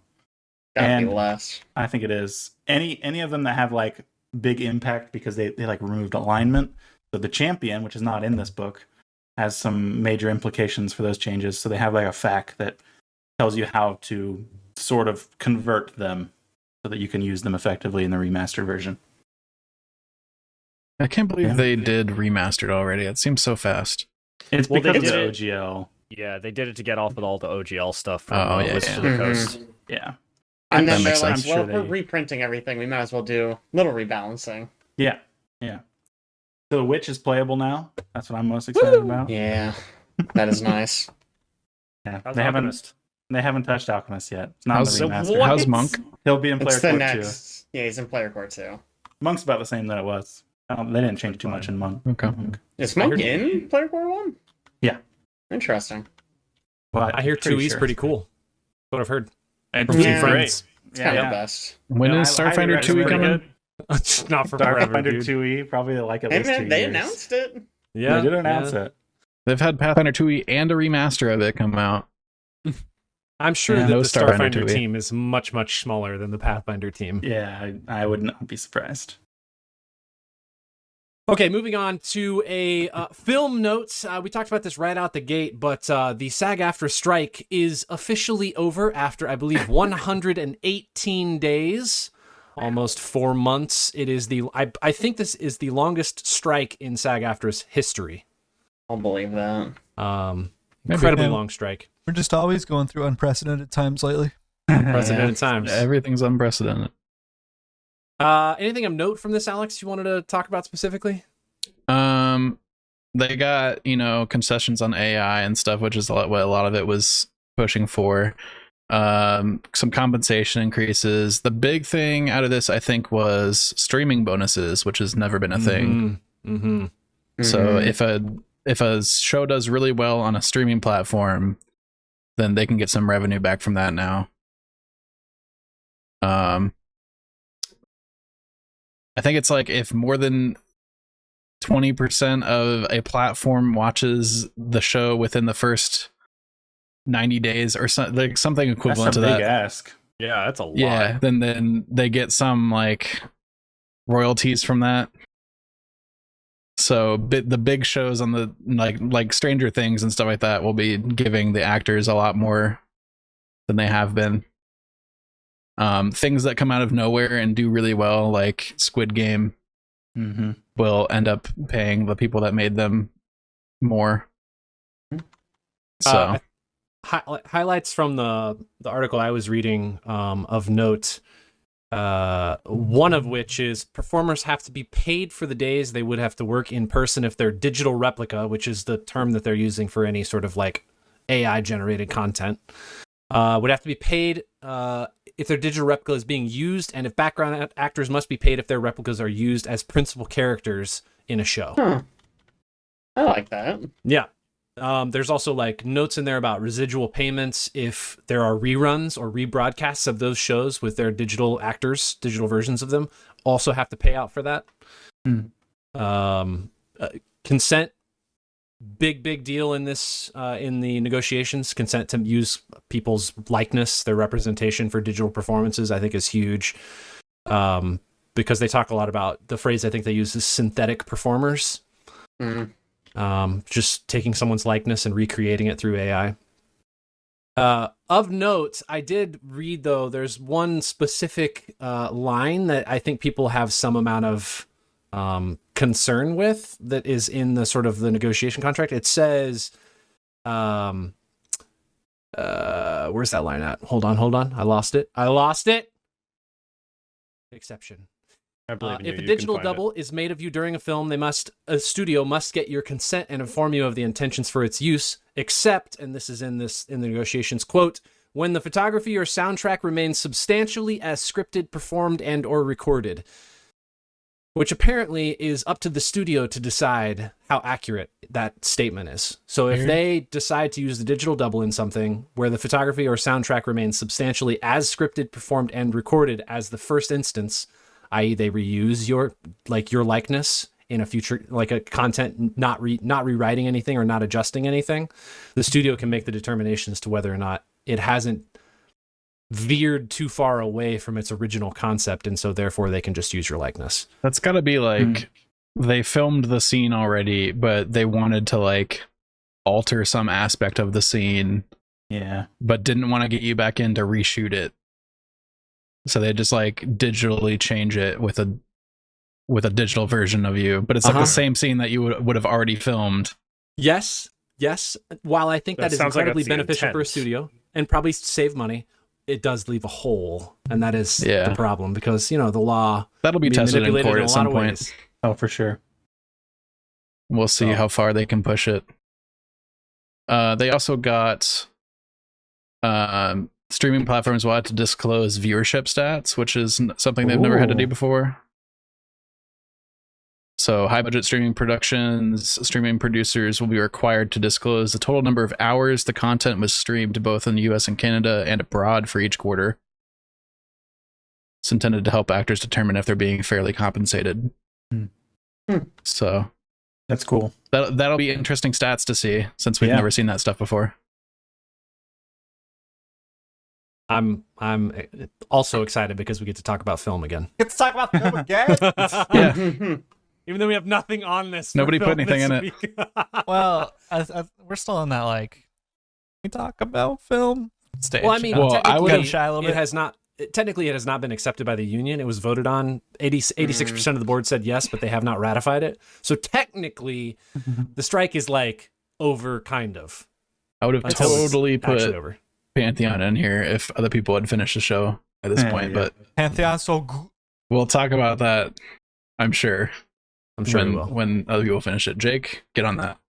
Yeah, it's right at the top of my list. Yeah, It should be. It's so good. All right, moving on to some video game related items. First and foremost, we should talk about Larian Studios' choice to, I don't know, try something novel like putting a game on a disc that you can play off of. That's cool. I didn't even know that still happened, but I guess GameStop still exists, so that's cool. Baldur's Gate 3 Deluxe Edition. Tell us about it, Chad. So it's so funny because like I kind of want to get this. I already own the game. I'm like, man, I'm sad I own the game because like they came out with this Deluxe Edition, where like you said, you could there's gonna be a disc, an actual disc that you can have, which like I don't really need the disc, but there's also other physical goodies such as a poster, some patches that you could put on, like some clothes or whatever. Excuse you, it specifically calls out their physical feelies, not goodies. On their side it says physical goodies, but yeah, it does say physical feelies on the Twitter, doesn't it? Mm-hmm. Yeah, okay. But there's stickers. There's a map, so you have 100 by 180. I think is millimeter, so map. Mm-hmm. That is millimeter. It's 2-side printed. You also get the original game soundtrack on 3 discs. Although I don't know who listens to actual discs CDs anymore. Yeah. Yeah. Do you have a disc drive in your house? I do not. I do not. Like, I don't think I so. don't think I do either. we do. Well, Caden has one, I guess. I have You could one probably in put Jake's it- old desktop behind me. You could There you probably put it in go. the PlayStation. Jake, you can see it in my camera. Oh, I do have So a I can. PS4. You have PS4. It might Okay. play in There it there. is. Yeah. Like your we'll do it. CDs and your PS4. That's right. It says this is funny to me because it says Game Box and it says keep Baldur's Gate 1 and 2 as if I already have 1 and 2 in this collection. Like it just all looks really cool and like I don't need it, but like I kind of want it. You know what I mean? And also it's like this is definitely gonna be Game of the Year, so like it's something to like collect and then years from now just to be like, yeah, I got this. Like I got this physical stuff. The map seems cool. Yeah, it does. Yeah, the I maps love are maps. like that could be stuff that you just you frame, put on a wall. Just I cool think stuff. the surprising part about this whole thing is that it's $80. Yeah, that seems for all of very that. low for something like this. But Like you have games to are pre-order $70 nowadays. You have to pre-order and it's Just for shipping the disc. Q1, and I'm wondering if it's gonna be like limited release, and there's not gonna be like enough for everybody who wants it, and if you actually should like pre-order it now, or like how they're handling this kind of thing. Uh-oh. Better get it while you can get it, Chad. See, that's another thing. Is like FOMO.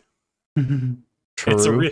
It's a real problem for some members in our group. That is for sure. I don't know what you're talking about. Yeah. What else is going on in Baldur's Gate 3, though? Yeah, so there's another thing that's going on in Baldur's Gate 3, which is hilarious. They are doing all sorts of speed runs. And a while back, we were hearing that there was just the sex percent speed run. Love it. And it took like, I think 8 minutes or something like that for them to actually like get Lazelled. Get it? Mm-hmm. We now have the bare percent sex speed run. Ooh. So it's a record of under an hour. Whoa. That's pretty So good. 50 minutes and 30 seconds to get, have sex with a bear. Which is just so funny that, But this that is people like, are speedrunning this. I assume that the reason it's so long is because that can't occur until a later act. Yeah. Okay. All right. I was wondering do why have the to be an time was act so two high for that, compared to other right? things. I don't know. Bro, the deluxe edition of Modern Warfare 3 was $100. Still looking up deluxe Which editions. Modern Warfare 3? Yeah. The new Modern Warfare 3. Of course. $100. It doesn't have anything physical. That's just like some in-game skins, early access to stuff, battle pass. Yeah. $20 more than the Baldur's Gate Yeah. physical deluxe edition. But like, I feel like I've already spent like what 60 of those dollars, right? Or was Baldur's Gate only 40? It was 50. It was 50. 50? Yeah. Okay, so I was wrong on both accounts. I went too high and then too low. Yeah. Good So thing I yeah, was I've one already of the spent trivia. $50, and it's like, you know what? But like, what's $84 for Larian Studios after knocking it out of the park like this? I mean, the game should not probably have been $50 at the gate in general. Right. That is a low price for the amount I've of played- content developed here. I've played. I still want to play more, and I've played 229 hours already. Like so much. Jeez, dude. It's a solid game, man. When they're good, when it hits, it hits. Yeah. It just works. I'm kind of like, I know it's probably going to be a bit out, but for my next playthrough, I'm kind of waiting for a definitive edition to come out. Mm. And then of course you're probably gonna have to pay for that. So Correct myself, it was 60. Oh my gosh, he's still on definitive Actually, editions. In No, original Baldur's Sin Gate 2, 3, 60. didn't they release the definitive edition for free for people who own the game already? Yeah. oh, Yeah, it's just an update I whenever would they not do be it. surprised Wild. if they did the same thing. did they ever release mod support for Divinity? I don't know if they had true mod support. They I had don't know, like the not sure. GM, the game master mode thing, Yeah. Yeah, but I don't know if they ever did mods. because that's like what a lot of people talk about is like once they add mod support, like the game's gonna like be even better because of how much you could do with it. They are making tools for it, right? And planning to release this. Maybe, I think don't I think I know. read that. That'd be so cool now because like already the mods are pretty ridiculous. And, Yeah, Sven said Sven? Yes, Sven? Whatever. Sven, His I name. Official mod dog. tools are on the My way. dog. Yeah. It's SWEN, but I think it's pronounced Sven. Yeah. Sweden. Anyway, he said mod tools are on the way. A while Cool. back. Nice. Okay. Also in video game world, we should probably talk about Rockstar's announcement for an announcement. Yeah. I think Donkey forced him into a corner is what happened. Wow. Classic. I need an explanation here. What? I was gonna say, wow, Donkey. Okay. Donkey released a video that's like the 10-year wait for GTA 6, and it's just like it's a really good video that puts together all of the people saying that they're going to announce GTA 6 at this date over the course of the last 10 years. Mm-hmm. And it's like, oh yeah, 2015, because of this thing that we found in game, it says this, they're going to announce it and stuff like that. And then like that weekend, Rockstar put out a thing that was like, we're going to release the trailer for GTA 6 in December. We know you've been waiting a long time, but we will tell you more information about it soon. Yeah, we're gonna wait till 2028 to get it though. So they Announcing announced your announcement is so lame. the So announcement. lame. It's weird. I mean, it's Rockstar. They can do whatever they want. That's true. I mean, guess. they've made so much money. It's irrelevant how successful this is, I'm sure. Yeah.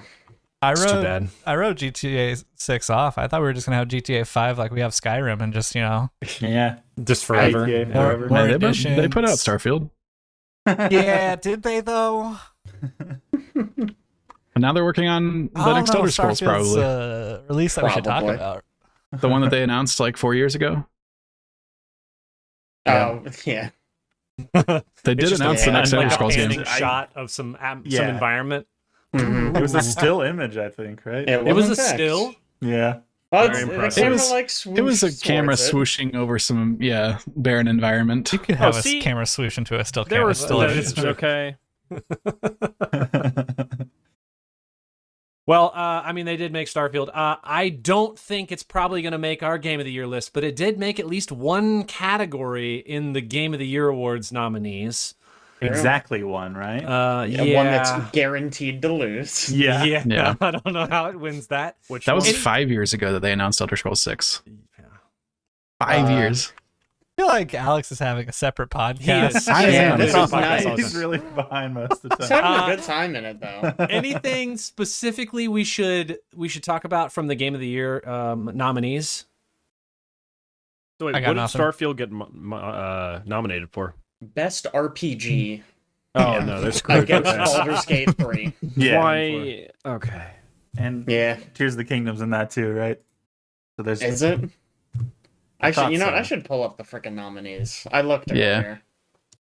Alex, you want to walk us through them if you have them up? Best RPG is Baldur's Gate 3, Final Fantasy 16, Lies of P, Sea of Stars, Starfield. Nice Oh, Lies Tears of of the Kingdom. P. not Is in that this. a RPG? It's- technically. It's a Souls-like. It is a, yeah. I mean, it's, RPG means Souls are anything RPGs. nowadays. It really Yeah. kind of does. Yeah, Zelda's not really an RPG. you're role playing the that's victim. I mean, There it is. I have a problem with these categories that have games that are also in the Game of the Year category. Yeah.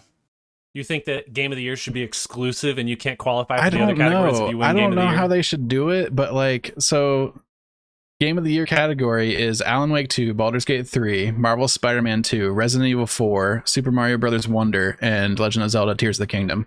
So, in their eyes, these are the 6 best games of the year, and they're going to pick one of them to be the crown overall. So these are cumulatively above all the other games. And then you go to like the RPG category, and you have Baldur's Gate 3 in there, and then these 4 other games that are not in the Game of the Year category. So, like, who's going to win it? Have you Who's seen going to that, win it? as opposed to the Game of the Year category, if you go to Best Game Direction category, it's literally just the Game of the Year list minus Resident Evil 4. It's the exact same list. Yeah, same list. Okay, Yeah. what is the difference between best game and best game direction? I don't Great know. question. Because to me, those words are that's like synonymous. The game with the best direction is almost certainly the best game. They do a good job of clarifying that. Best game direction, awarded for outstanding creative vision and innovation in game direction and design. And Game of the Year is recognizing a game that delivers the absolute best experience across all creative and technical fields. Were you being sarcastic? Because those sound the same. I don't know. I think you could argue like Super Mario Wonder has the best direction because it was so like unique from other Mario games. Like they have so many weird niche features in the game, but it's not like the best game of the year. I guess. I guess I can see that. Dredge made it Like they for a have couple done a categories. lot of Heck yeah. work to innovate, but it doesn't mean it became the best experience of that year. I get, but it's not best innovation. It's best direction. Yeah. Yeah. And like to me, it seems weird to say like the best direction did not also result in the best game. I don't know. It's just something that always kind of bugs me about these categories. Is like Tough. it's weird. I have issues with like Cyberpunk Phantom Liberty is listed under like best narrative. Like that's an Yeah. expansion pack for a game. I don't know if that It also really should count. didn't This isn't the Cyberpunk- Horizon rules, Alex. Yeah. Yeah. Oh. There was one that was like best ongoing game, Yeah. Best ongoing, yeah. Cyberpunk and is there, Cyberpunk's right? in there. Cyberpunk's in there. Excuse me? What do you That's mean? not They put out ongoing, a yeah. DLC. It's That- not ongoing. You That was think a weird that they one. put it in ongoing because of how many updates they've done throughout the year to get it from where it was to where it is now? Maybe That's gotta be it. Yeah. Maybe I they had, cannot like- think of another reason. a written set Yeah. of rules that like if a game meets these rules, it has to be placed in there because they're very strict and like it has to be super objective. And because of the amount of updates that Cyberpunk has gotten, they're like, well, It's like, oh, technically. I mean, I bet All they right. just take nominations and don't even have like rules. And if like enough people nominate the a idea thing, that there are rules, I think, is giving them a lot of credit. Well, I bet Cyberpunk's in here because they did the same thing to like No Man's Sky because No Man's Sky released in a horrible state and then they spent a long time fixing it. And then I think they gave it the best ongoing game award at some point. Yeah. I mean, No Man's Sky live service. I mean, Cyberpunk, I guess live service. I guess. It's I mean, not though. it's a dead live service, though, right? I think they said they're done now, right? Yeah. They released patches to fix things. They didn't really release new content until they released. The last The thing that I expansion. heard from Cyberpunk is that, like, oh, we've learned a lot and Cyberpunk 2 is going to be lit. That's. I was like, oh, Yeah. Cyberpunk 2, Yeah. huh? Great. Yeah. yikes. I think the fighting game Cyberpunk 2. category is really funny. It's like 2075 backwards. What's good about the fighting category? Just because there's not enough fighting games. It's just like throw whatever, like things I've never God heard of of are in Rock. here. God of How- Rock. I mean, it's Like- not fair because Pocket Bravery is obviously going to win. That game we all know and love. Is that a mobile fighter? It looks like it might be. Also, Nickelodeon All-Star Brawl 2 made it in here, which is objectively hilarious. Street Fighter 6 is obviously going to win this category. Isn't, I mean, yeah. I guess it's kind of a fight between Street Fighter 6 and Mortal Kombat 1, but isn't that Nickelodeon game like $60? And it should just be a free game with the microtransactions. Yeah, it is weird to me that it's not just a free game. Looks like a Brawlhalla or something like that. And it's just like, just let me have variants of SpongeBob or something. I don't know. I'll pay for that. Like, The biggest travesty of all of these is that best score in music does not have Lies of P in it. Is it that good? The music has is just so like good one in that fucking game. song. It's not even just the Gets it one to win song. It is just the one song, though. They could remove every Like other the song, one and I song would still could say. win the category. is what is that game? That game that you have Hi-Fi to. Rush. Hi-Fi Yeah. Rush is in there. Yeah. It's in there. Okay. Yeah. And I hope it wins. How did you know That just from one. me saying, "Oh, what is that game"? I You're just know, like, I know what you're "Hi-Fi talking Rush." about. It is in That game best with score the in music. Did you guys notice that under best adaptation we have Twisted Metal?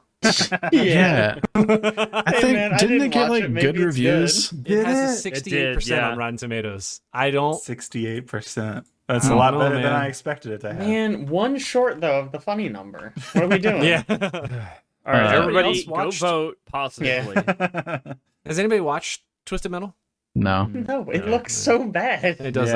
look bad. It does look really bad. The Last of And Us not, will like, so win bad this that it's easily. funny. I would hope so. Although I haven't seen Gran Turismo, but I heard it's very good. The Last of Us was like a phenomenon when it came out. Like people that don't play games watch that show. Yeah. It's excellent. Where was the category that was Caleb's category? Best independent game. Yeah. Got Cocoon, Dave the Diver, Dredge, Sea of Stars, and Viewfinder. Yeah, I saw this category. I was like, somebody just looked at what Caleb played this year and put it up there. Basically. I hope Dredge wins this. I am surprised that independent game and debut indie game is separate categories. I guess debut would be Debut is their this their first first game. game? Your on the first studio. game, yeah. Yeah. So there are a few of the same in there. But Yeah. His first game. Yeah. Cool stuff. Knocked it out of the park. For which game? Dredge. Their big Dredge. debut yeah. game. Dredge is so Incredible. good. I'm so Incredible. excited. I think, oh man, did the DLC come out like today? I think it is today. Fuck yeah. Yeah. All right, Have to cancel the download it. podcast. I'm out of here. Time to We play out. some Dredge. All right, last but not least, in video games, we should talk about the Epic Store real quick. Chad? I got you. So, you guys remember the Epic Store? You guys know the Epic Store. Yeah, yeah. It's been 5 years since it's launched. It still remains unprofitable. Crazy. I mean, It's wild. They actually, I think somewhere in here it says they've Epic laid off around 830 employees. They're about to bump up the Fortnite V-Bucks a little bit, the cost there. I mean, if you're giving away free games all the time, yeah, you're going to be unprofitable. Also, the way that they have it set up, where it's like the market share of each game is like the developers get like 80% and Epic gets the other. Like, yeah, you're not going to make money. Like, I know you're It's trying to compete with 88-12. Steam, but 88-12. 88-12. 88-12 yeah, was okay. the split. Dang. It's I crazy. Does think- anybody know what the split is for Steam? It's 30%, so it's 30. 70-30. It's got to be so much money going out to giving free games away to try to get people to use their platform. Yeah. Well, Yeah. On top of the fact, I don't know if they're still doing this, but I know for quite a while they were going out of their way to offer a bunch of money to companies to Oh yeah, only they're still doing put their that. games on Epic. Yeah. Epic, yeah. Kind of. I mean, is Epic, it Epic's Alan first Wake 2? Yep. Epic Alan Wake 2 exclusive is right now? published by them though, so that one. Epic's Yeah. first run Still program counts. allows developers of any size to claim 100% of revenue if they agree to make their game exclusive on Epic Game Store for 6 months. 6 It's months. not even that's that a, long. See, that's great. You got to take that deal. Yeah. Yeah. It's a good Yeah. deal. That's free money, Six baby. months, like I could just wait 6 months out and I'll buy the game on Steam. Like, True. Wow. It's weird. So you guys have reminded me to go get my free Epic games this week. You need to get that little tool that Alex uses. Or just Yeah, be on our Discord server. Plug our Discord server.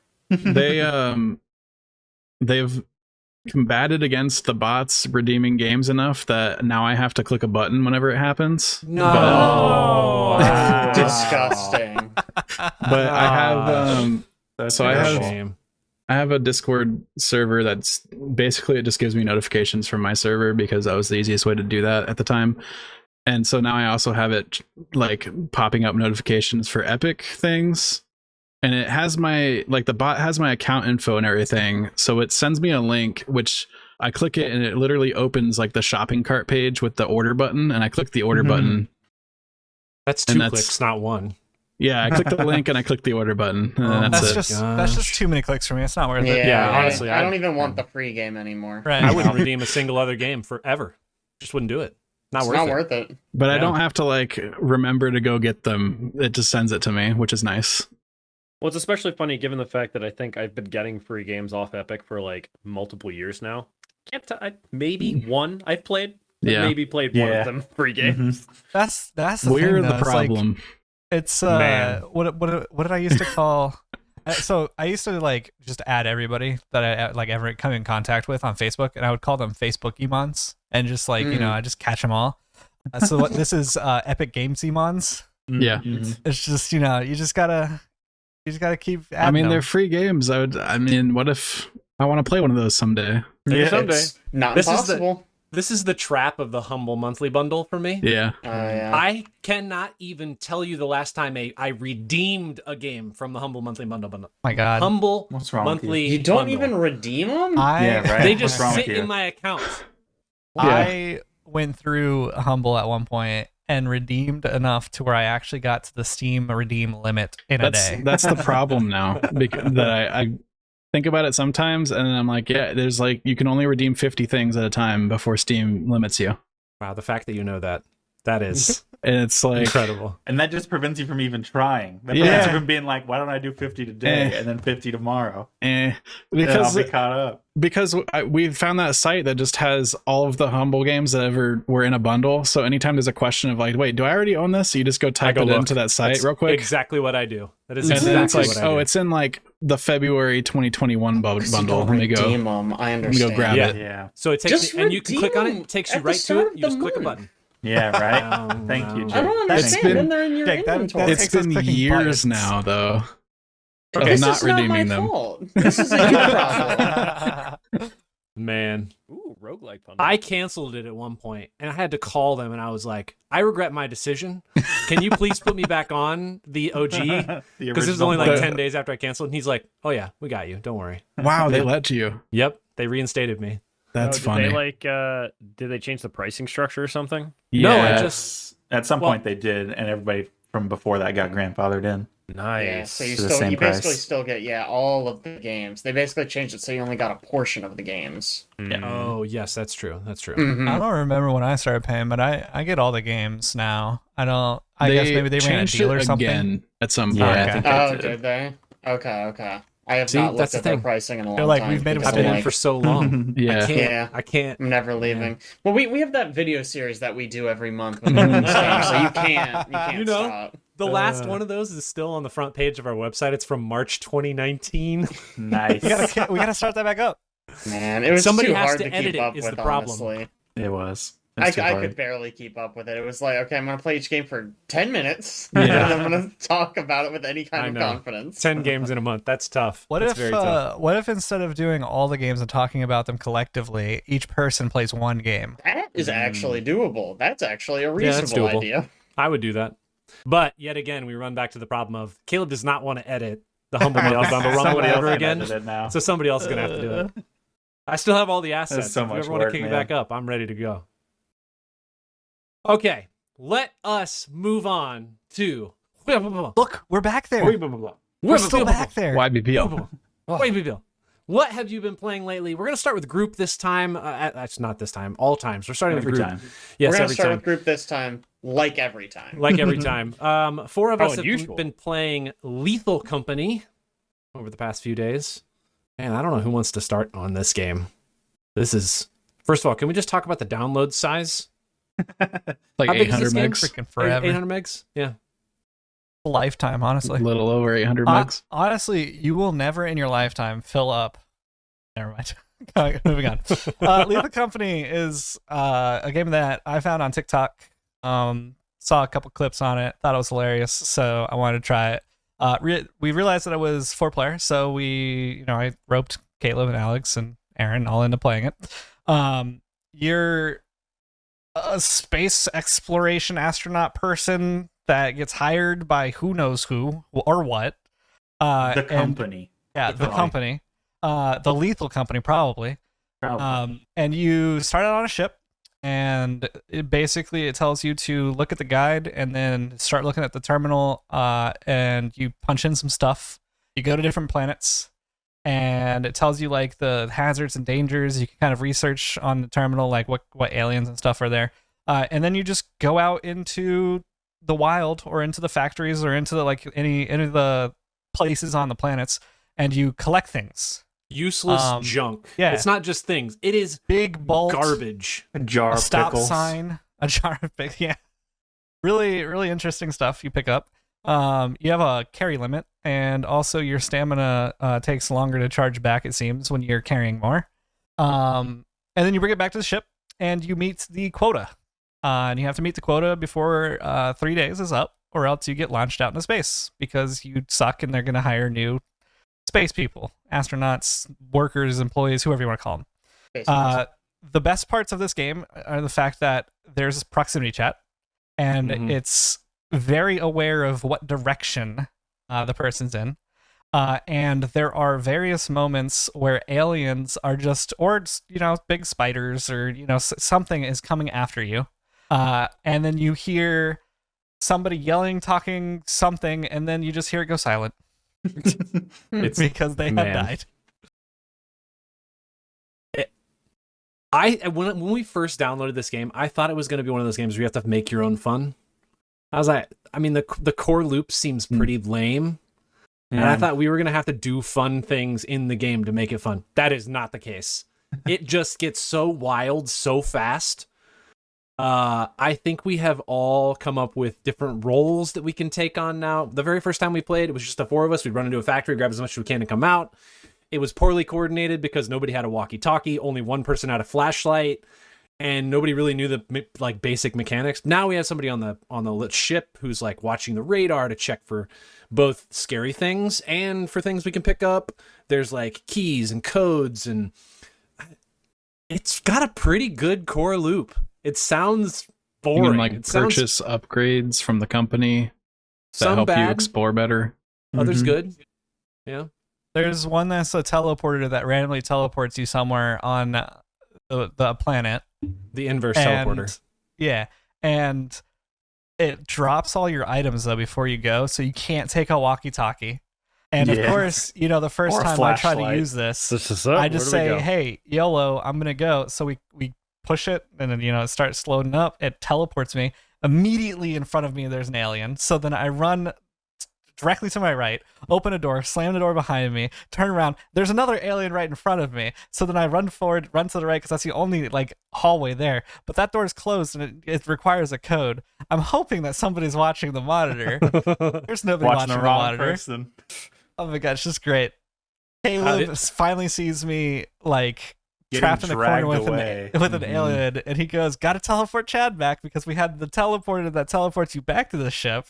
And when he did that, my body's just on the ground. The other thing it does a good job of is when you die, you all get put into a channel where you can talk to all the other dead people, and you're just watching people play, which I think is a great choice. Because if you just weren't in the game, not fun. Yeah. And not only are you watching people play, you can hear them talking to each other, which I think is a really good decision. Because if you were just watching them run around, it would be kind of boring. But when you start hearing "Hey, I think Chad's dead," and then you're just you can't talk to them and tell them that you're dead. There were multiple times where it was Caleb and Alex, and Caleb had to walk in and be like, "Alex," and it'd just be dead silence. And then 20 seconds later, yeah. You can tell he's hiding from something. Yeah, what? I think my highlight of playing that game so far is Caleb, Aaron, and I all died. And so is Alex alone inside of the giant factory by himself trying to navigate back to the ship. Yeah, and it's pitch dark and I have no flashlight. A scary game by himself. And the ship just left when he got close because the time ran out. Yeah, us autopiloted away, left me on the planet. Man, it's a fun game. Yeah, it's very fun. It's $10 too. It's $10. It's in early access at the moment. Mm. I don't know how long it'll last Yeah. being fun. Because it doesn't seem like Like there's a that much more Phasmo. to it. Yeah, we've been to 3 of the moons, and I think there's like 6 or something. So there's more to explore. There may be a story hidden in there.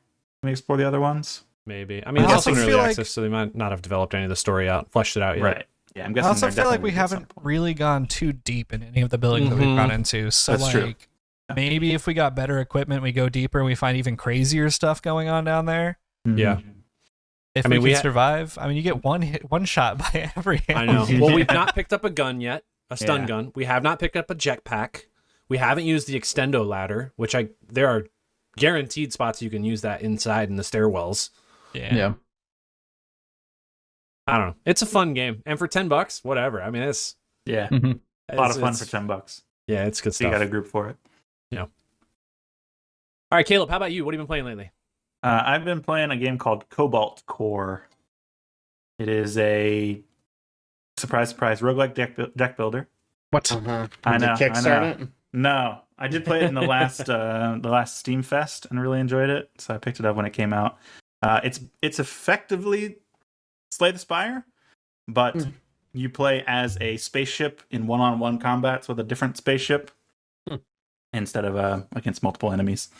And you have like each time you leave, you can take 3 different people for your crew, and that determines what cards you can get. So there's like a guy who's all about putting drones out that'll shoot the other ship. And there's a guy who's all about like moving your ship around so you can avoid the cannon shots from the other ship and stuff like that. There's a guy who's all about like overheating but doing a bunch of damage. So you got to like figure out your heat levels and keep it in a reasonable spot. And it's I've been having just a ton of fun with it. I think it expects you to beat the game 18 times to see the whole story, That's a lot. which is a lot. Each run is less than an hour. So, Still Yeah. 18 times playing through Yeah. a game. yeah.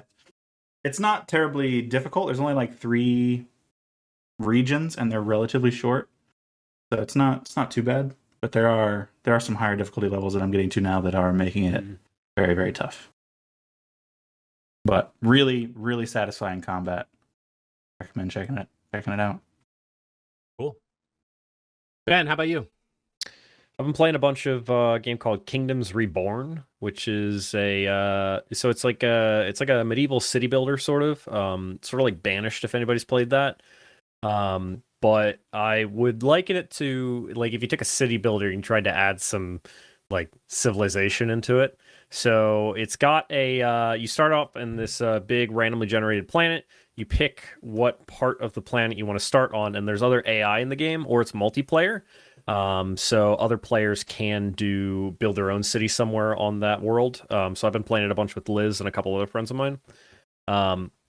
And there's a tech tree. So as you expand your city and you research more ways to more like luxury goods and like you can upgrade your city, it's a newer stuff. And then eventually you gain the ability to like interact with the other countries via trade routes or there's technically, so it's still in early access and they've recently introduced some like combat aspects, but it's still pretty basic right now. They mostly you can like opt into doing the combat stuff. The default is still Nice. just peaceful AI generally. That's a good way of doing it. But it's real fun. I've been enjoying it. It's very much a game where it starts out and you've like, okay, I've got a handle on things. And as you get bigger and bigger and more complex, you start going, oh, I did not plan for my city to need this many things. And I need over here and over here. And it's like, I have not finished a game yet. I have probably played like at least like 15 runs so far where I just reach a point where I'm like, man, I've just completely lost the thread of this thing. I don't know what's going on in my country anymore. I'm going to restart and go get a little further this time now that I can plan a little better for future stuff. It's real fun. Is there like a end, or are you just trying to progress as far as you can through? I don't know if there's... I'm going to be honest. So there is an end of the tech tree. I don't know if there's an actual win condition. So Gotcha. I know they do... So they keep track on the right. The score is kind of based on who's got the highest population. But then I've only recently progressed enough in the tech tree that I found there's some like buildings you can research and then build that are like one of a kind in the world, kind of like World Wonders, that specifically call out you gain a certain amount of victory points. Oh, Which I was like, I didn't know victory There are points was a victory thing. points. So, There's a So- victory condition. yeah, exactly. So I'm guessing there's a point where it ends and then you count up victory points, I guess, but I haven't beaten it yet, so I'm not sure. Huh. But it does multiplayer really good. And you can still see everybody's cities and stuff, so it's been kind of fun to every once in a while. You can pop over and like look at other people's set towns, and we've just sat on voice chat and be like, oh, you got to set it a little differently for me. This is what I did. Mhm. You just and- play in real time with each other? It is, yeah. So it's real time with but it's got like a pause button or a fast forward time button. So I think anybody can control the fast forward or pause buttons. And it does it for everybody? Yep, it pauses for the whole game for everybody. Huh. I haven't really done. It doesn't have like the matchmaking system is mostly like you host like you go on, you like post like I'm hosting a game, and then you can either have it public for people to join or private with a code, and then only friends can join. I haven't done any This is public games yet. It's like non-turn-based Civ. Kinda, yeah. It's basically non-turn-based Civ with a lot more focus on the actual city than the rest of the map. Yeah. Do you like real-time city builders with pause? Get out of here. He's about to recommend Ixion. I actually, what's really funny? I'm gonna get so much shit for this from everybody else, but Ixion is sitting on my wish list actually. Because you've talked about it enough. Oh, Because so, I think I was joking to Liz because I was sitting there the first time you mentioned it and you were talking about it, and I'm like driving the car while I'm listening to the podcast, and I'm listening to everybody else shit on it, and I go and I pause it, I look at Liz, and I'm like, is it a problem that it sounds like it's way up my alley? I was like, really complicated city builder type game with like. I think the problem is you're making Liz listen to our podcast. It's actually funny. She was actually listening to it live over in the other room, which is very distracting because I can hear it. So I can just hear everything we're saying like on a 2-second delay. That's funny. amazing. But, no, it is on my list, Aaron. Okay, good to know. Maybe someday I'll even play it. That's okay. That's okay. I'm a patient guy. I've been waiting on somebody else who either likes RTSs, city builder, something in that realm, to just jump into the podcast and agree with me on a game. No, I tried it, man. I tried it. Yeah, I know. do city I know. builders. I haven't done RTSs in a long time. Used to be a big StarCraft guy, but not so much anymore. Nice. Heck yeah. But Wait a no, second. Where were you when we did the game Yeah, show when we last did the week? game show last time, and StarCraft 2 was one of the answers we couldn't fucking get. But it's true. Like, what game did Blizzard make that year? I don't know. Jake, on to you. On to me. So I haven't really played anything recently, so I'm just going to take this time to talk about a game that I played really a while ago. It's called Bone Razor Minions. I think this is kind of timely, because this is going to be a really good game next week when everyone's with their family at Thanksgiving. Oh. It's a Vampire Survivors like. But rather than being like a little... So what? Is that what we're calling them? Vampire Survivors likes? Yep. I mean, Survivor sure, likes. it's a survive 'em up. But the main difference is, so in Vampire Survivors you would get upgrades and like your character would like swing the sword or projectiles would shoot out from you. Instead you basically build an army of minions, and like you can build like different types of minions. So you can get like, oh, I'm gonna get like I'm gonna get an archer, and then you can upgrade your archer. Or oh, I'm gonna get a guy with a club.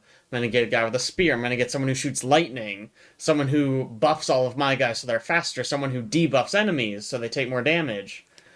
And it's just I have found it really addicting. I could never get into Vampire Survivors. I don't know. It just like didn't click for me for whatever reason. But this one has just clicked for me in a big way. Is it like you just got like a ball of all these people that you're running around with?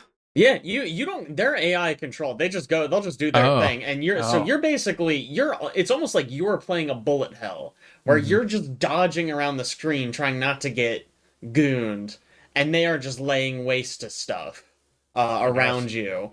Like $4. It's super cheap. It is on sale right now for $4. Definitely recommend checking it out.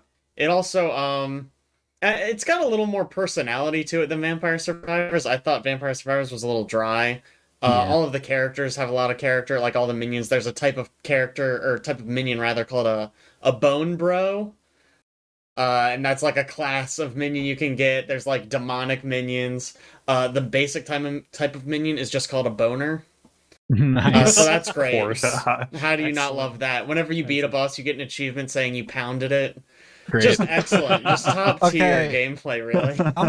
I messaged Aaron privately and I asked why this sounded like a porn title, and now you're saying, That's why. Yes, that is why. You got it.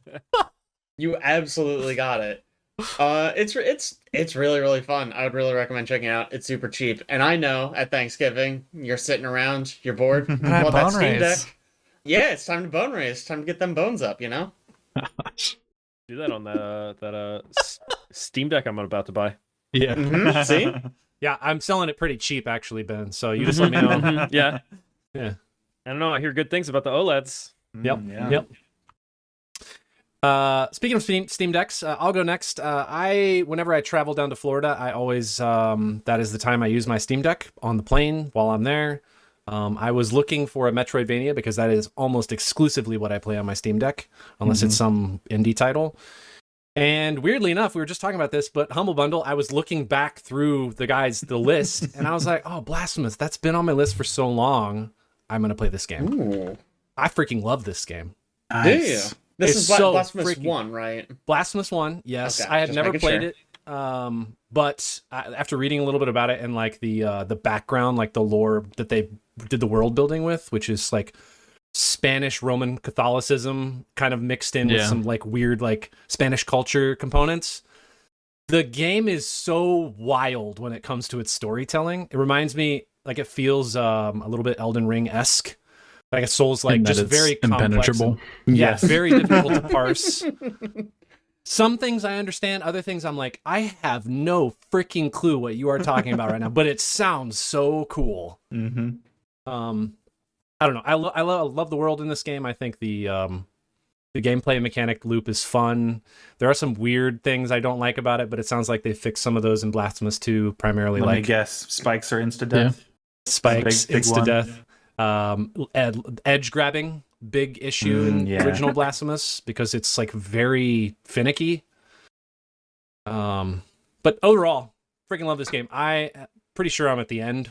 I don't know exactly when the end happens, but I'm fighting the guy who's part of the miracle or the miracle's representative or something, all the way at the top of the mountains. I think I have 3 bosses left. I think he his the- name is is he the Mr. Blasphemous. I was Mr. gonna Blasphemous. say, is he the blasphemer? That's good. The blasphemer. That's the Yeah. secret boss. I don't I know. should- I have three bosses left as far as I'm aware. I just found the big snake in the basement. That dude The is big scary. snake. I just found I'd be scared of a snake in my basement too. Please tell me his name is Big Snake. I I know. would be so Their happy. Definitely names, not. it's actually Bone Again, Razor. their names are impenetrable. Like you Yeah, can, they're even if you impossible to tried to remember. I know the name of the place is Cathonia.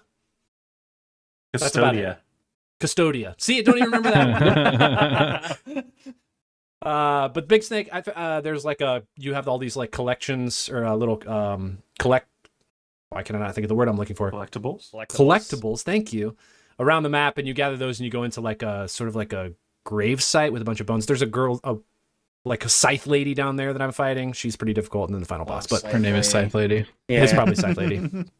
Scythe Lady, Excellent game. Big Snake.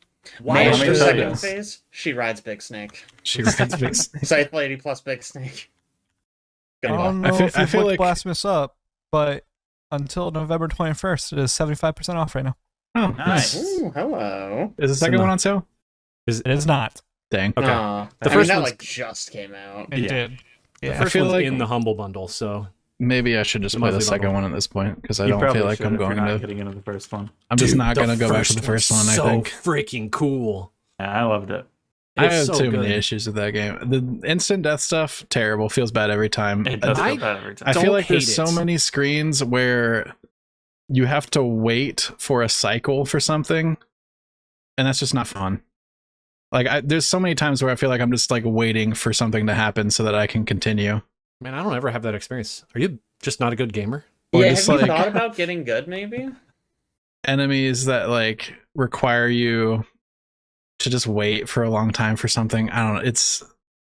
There's so much waiting. There's so much waiting in that game. I don't feel like And there's any waiting. And then if you get impatient and try Are you to sure you're not force playing it, Played Up? it punishes you so hard.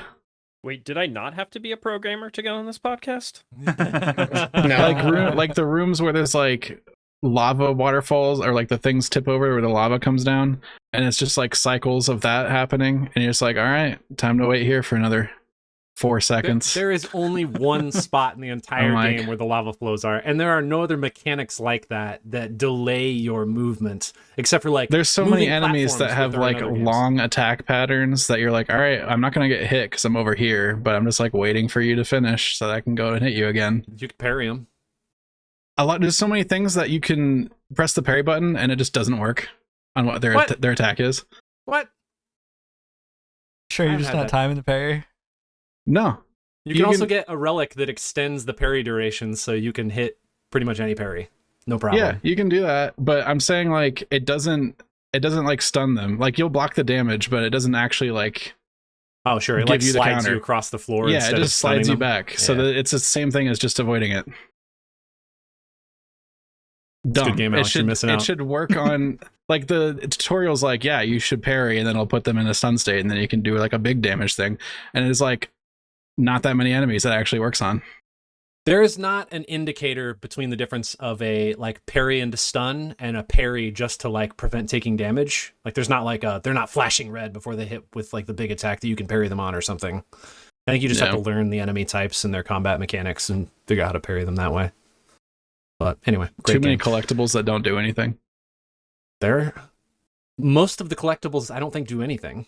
Yeah, that's what I'm saying. Like, Well, that's you'll not true. find something, you're like, oh, finally I found something new, and it's like, oh wait, it's just a lore collectible. Listen, all of those They collectibles all actually are- do one thing. Yeah, they all do something. Yeah, they do. They do one thing. The other thing I've been playing is a little Alan Wake 2. I have been Sick. excited to play this game.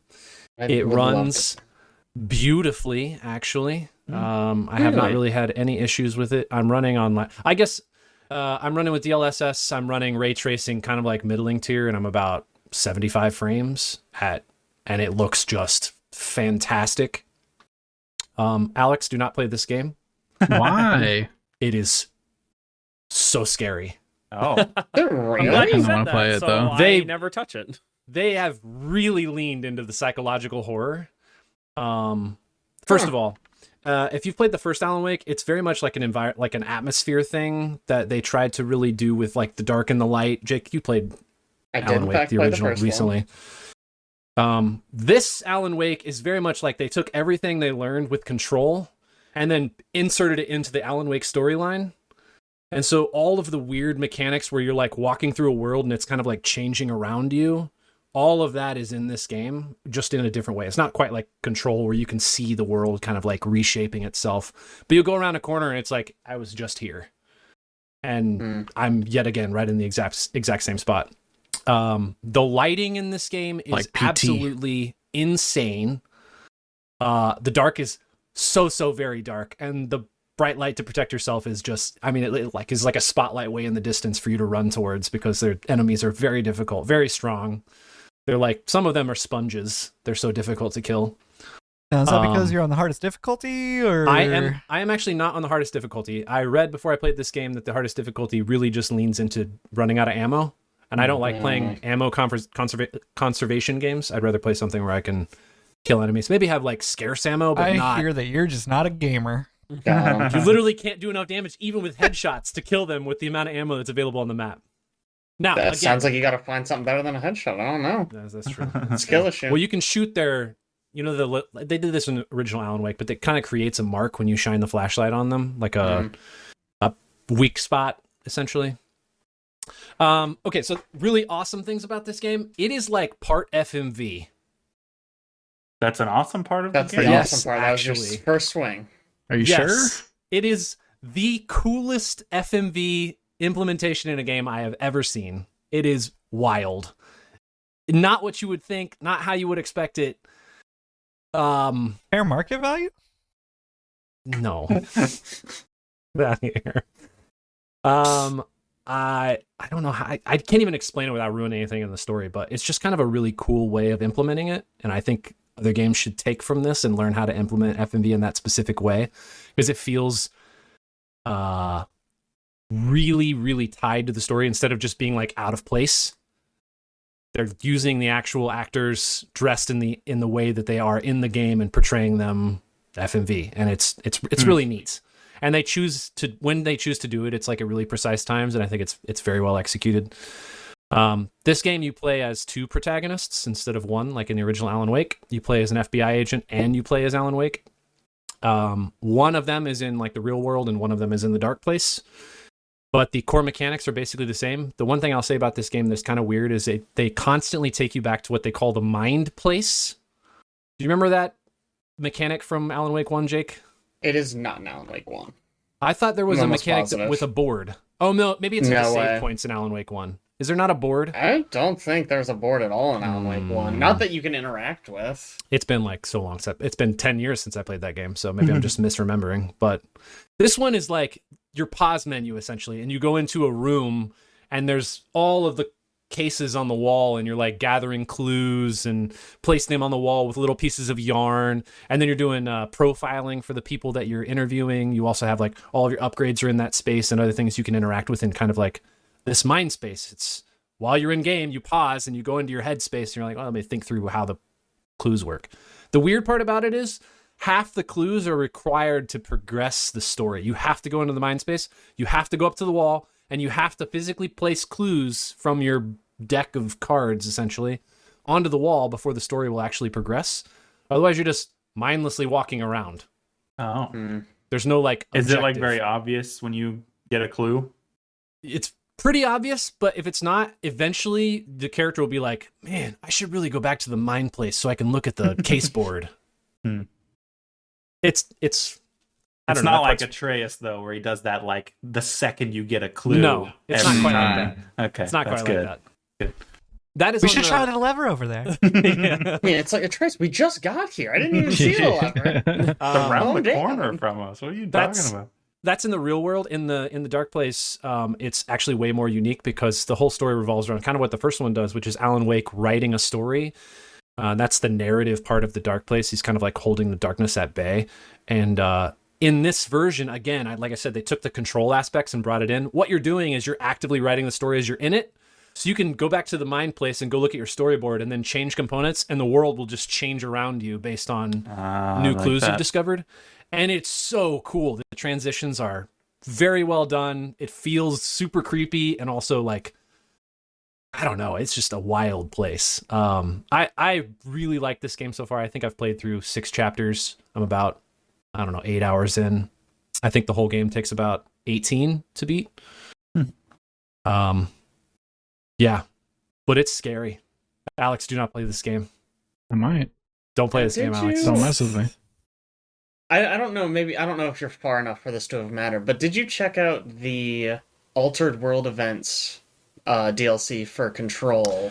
I did not, but I watched like a here's what happened in Alan Wake 1, here's what happened in the Control DLC, here's what happened in the weird Alan Wake sequel that they did that's not actually part of the canon. American Nightmare. Yeah, that one. American Nightmare. Mm-hmm. Yeah. No, I looked into it because I'm really curious about this game, and so I did a little research, and it seems like they're pulling in a lot of different stuff. Like Sam Lake, who's the main guy at Remedy, who's like the writer director at Remedy, shows up in the game as a different character, but clearly is Max Payne, which is another game Remedy made. Yeah. Who the face of Max Payne is Sam Lake. Yeah, it's weird. I immediately noticed it because he's one of the FBI. I mean, he's like one of the first people you meet. He also, if I'm not mistaken, he's not voiced by Sam Lake. He's voiced by a different guy who does the voice of Max Payne. That actually makes sense because in the FMV scenes, it looks like their mouths are not on time with the words they're saying sometimes, and I was really confused. Yeah, I think it's because it's weird. Overdubbed intentionally. Okay. It's the wildest shit I've ever heard. That's bizarre. But it's so interesting to me. I've always wanted to really like Remedy games, but so far none of them have like clicked for me. So I'm really hoping Alan Wake 2 is like the one. I think they're trying to combine all of the universes. They're trying to combine this and Control and Quantum Break. Oh my god, Quantum Break. That's a deep cut. Yeah. Well, I mean, a lot of the same actors pulled back into this game. Yeah. And you can't really tell if they're just part of the game because they're part of this story, or if they're part of the game because they're being pulled from an alternate reality and brought into this instance. Because a lot of this game is about, or it feels like it's kind of leaning you into things are being rewritten as you go. And so none of what you know is real. And all this new stuff you have to figure out how to navigate. And you're encountering all of these other NPCs that seem familiar for other various reasons. You've interacted with them in the past, or they're from a different Remedy game or something. So I really enjoy it. I know you didn't like the first one, Jake, but I did not, but this one's very cool. Did you like Control? I had kind of mixed feelings on Control. It had a lot of cool ideas that I felt like they didn't capitalize on very well in Control. Is the core gameplay just like survival horror shooter kind of like Resident Evil-y? It's an over the shoulder third person survival horror, and you're like there is some like not inventory management, but inventory scarcity, I would say. They navigate that beautifully though, because the whole like the map constantly regenerating itself around you or changing shape. There's just constant spots for you to pick up more stuff if you need it. Yeah. So they get around that by just implementing that into the core gameplay, which I think it's really smart.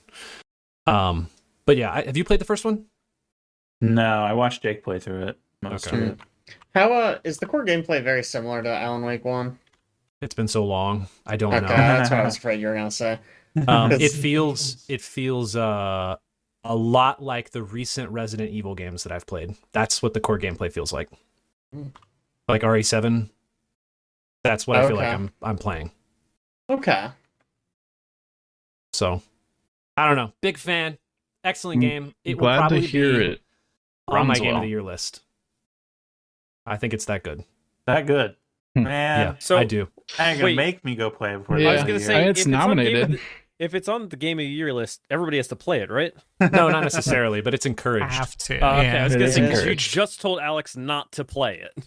Yeah, I And still then think said Alex it was shouldn't so play good it Alex- could be game of the year. Alex just needs to stream it, and then Yeah. we need True. to watch him play Actually, it. okay, Dude, that I would be would fun. watch you play this entire game because I think it would be excellent to watch. God, there's so many yeah. Anyway, hopefully. Yeah, if it I runs might all stream right. it if you are going to be scared, Alex. I might stream it.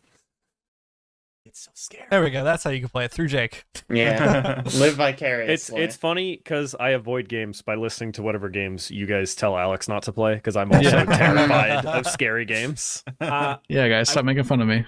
I will tell you also, every time you launch this game, there's a photosensitivity warning that pops up on the screen because it is so often and so jarring and so immediate, and you go from like pitch black to just blindingly white.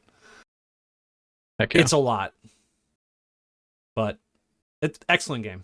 I talked a lot about this game, but I really, really like it. So It sounds You great. just- I'll try it I out. would say it's like the last real contender coming out this year. mhm. Yeah. And I think a lot of us were curious about it, at least. Yeah, Yep. I'm excited about it. Alex, Yeah, it's roguelike season. Roguelikes, I- yes. Picked up Risk of Rain Returns, which is the remake of the original Risk of Rain. I've been playing that a bit. That game is so hard. It's so hard. Tough game. Something get good? No? Yeah. I don't know. I haven't even made it that far in a run because it's just so hard. It is the original game, but they've added like a bunch of features that were in Risk of Rain 2. So like totems that were in the second game that weren't in the first, or like a bunch of like survivors and monster types and stuff like that. So it's really comprehensive in like the items and stuff like that are in it. So that's really cool. And you can also toggle if that stuff is on or off. So that's nice for people that want the classic experience. I don't know why you'd want that. Yeah, it just seems better with all the new stuff. Yeah. But yeah, it ramps the difficulty really fast in the runs. I feel like it could be tweaked. I think one of the problems is like the maps are so big. They're really big. It's hard to get it's hard to find enough items to be competitive fast enough. Because like moving around the maps takes a while just to like find stuff. But yeah, it's a pretty good co-op experience. There's some stuff they didn't pull over from Risk of Rain 2 that I really think they should have. Mainly there's items in Risk of Rain 2 where you can sell off specific items and print other items by buying them. Yeah, they don't have that at all in Risk of Rain Returns, it looks like. Is it not? I assumed it would be in there at some point.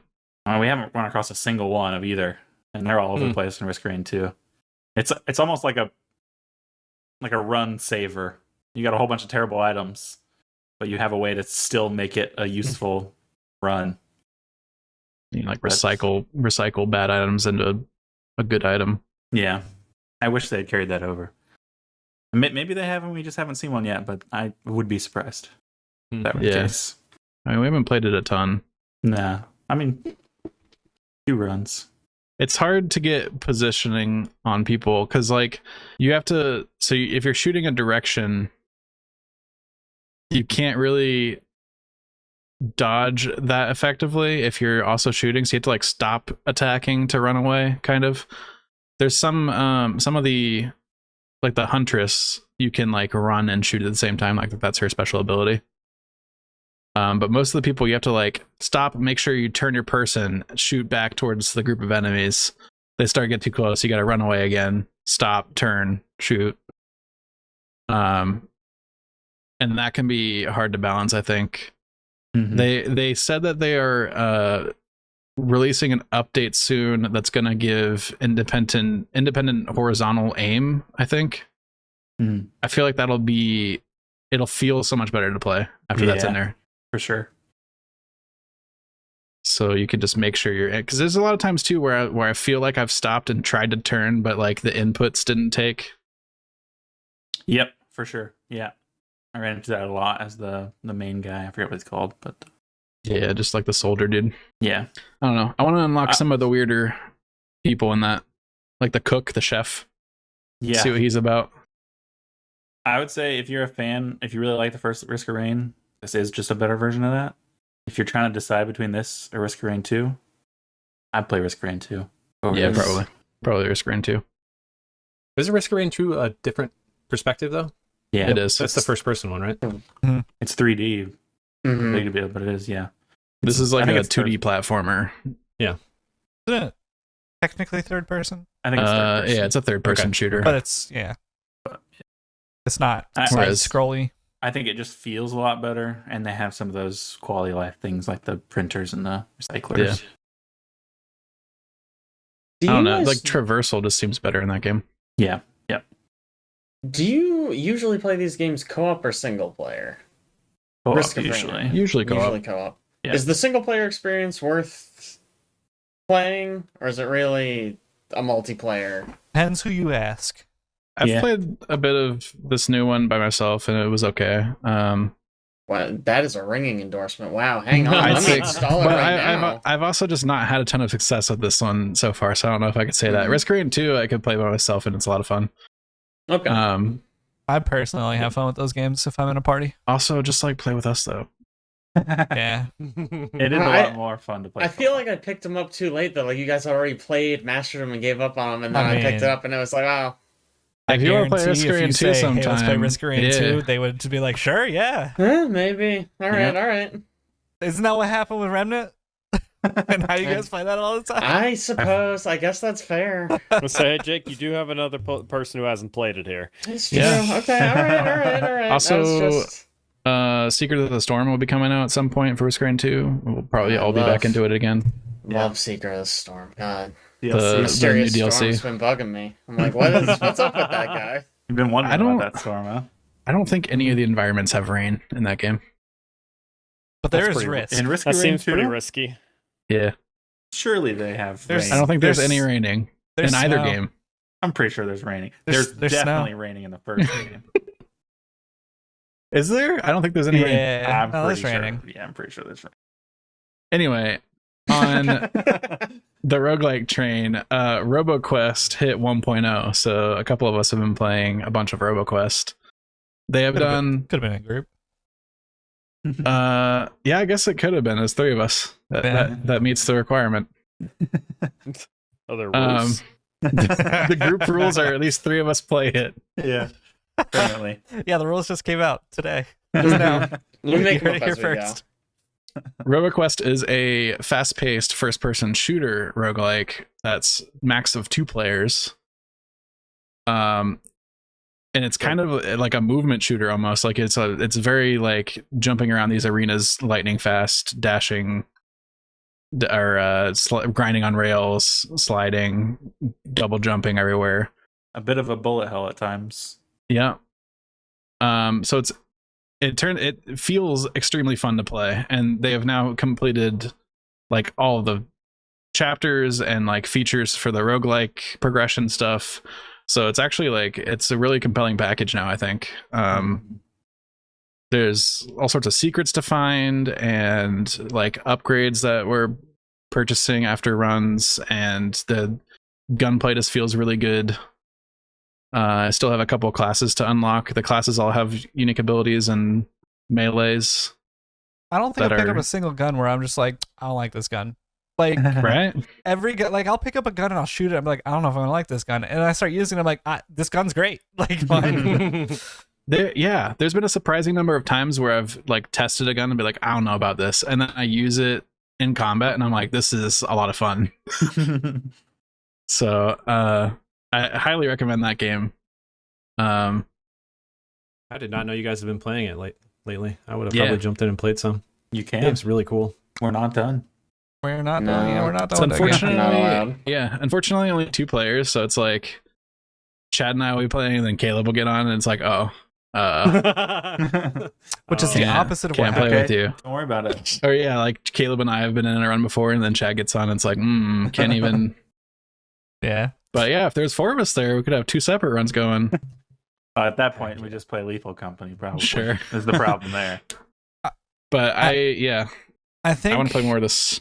I think it's unfortunate that I played the alpha, beta, whatever you want to call it, because like it reset your progression, and so before I was getting through like all the bosses, like I was basically just king of the world, like conquering everything, like going up in difficulties, and now we're on standard, and we can't even get basically can't even get to the second boss. And like Alex and I did get to it and finally beat it, like by the freaking sliver of health that Alex still had. We had to play so carefully by the end of the run. Yeah, it wasn't a movement shooter anymore. It was a let's peek around the Cover-based corner. shooter. Yeah, it was a cover-based Shoot a shooter by couple that point. times, come back. But yeah, it's just like it feels so. Let's say miserable. Like the very beginning of that game is like really a lot of fun. Then you start getting through the levels, and it's just like it's just it's slogging, and it's a grind, and it just feels miserable. I'm sure once you unlock, more unlocks later on down, it starts to get easier again. But like we get to unlock the recon class, it was like kill the second boss, and so I was like, all right, that should be easy, and that was like I was set on that. I was like, second boss, got to the second boss all the time, in the last game. There's definitely a difficulty spike in the second chapter. So insane. You kill That's the like first really boss. high. So like we got to the first boss the first time we played through, and I was like, "Hey, second boss is gonna be easy." Where's the second boss? We're on like the 5th level. Where's the second boss? 6th level. Where's the second boss? 8th level. Where's the second boss? Mhm. It's crazy. And then you get to the next like area, chapter, whatever, and it's just like bonkers. Like It's chaos. I'm excited to keep upgrading and get those ranches. Mhm. And then we haven't even really discovered there's these like gems on secret levels that we're collecting, and we haven't really discovered like what exactly they're for, unless you and Caleb found out a little bit No. more.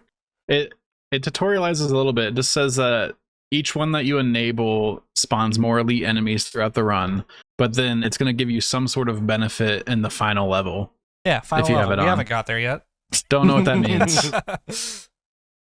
And then But- like the interface for it says it doesn't know like what the benefit is because we haven't got there yet. Yeah.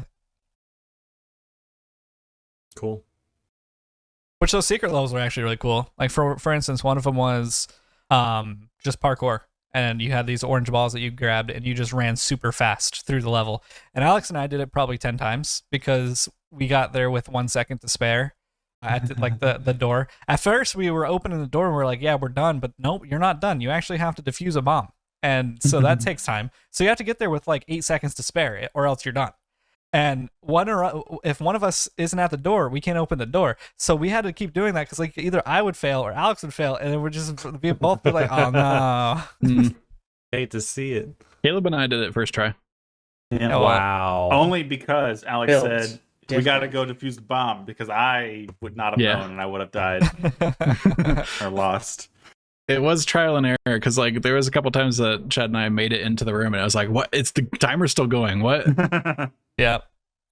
And then we made it in the room on the time that we actually beat it, and I hit the use key on the bomb and I just tapped it. But I saw the bar like kind of pop up and then go away, and I was like, wait a second. And then I held it down and I was like, why do you have to hold it for so long? And it was like 1 second left. And oh my God. So good game. Good game. Brutal. It's fun.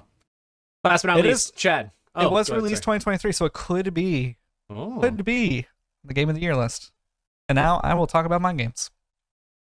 You just say no, Caleb. I did shake my head. You know what came out this year? There's no way. There's no way it makes that list. All right, so something that also came out this year that I honestly don't believe I'm putting on my game of the year list is Ghost Runner 2. I was kind of disappointed in this game. I don't know. It's Ghost Runner but worse, in my opinion. Alex put it he articulated it very well of basically everything that I thought. And I don't know. It's like they added too much narrative to it, and they added too many sections that are like storyalized.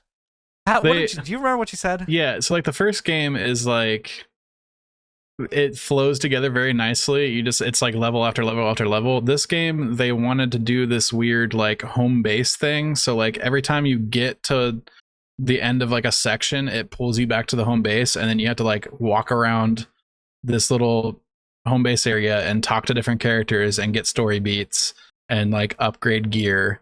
And it's like such a like pulled you out of the action moment. Like I don't know, the first game, they just like flowed everything together. It was nonstop action. You just went straight through it, slicing dudes.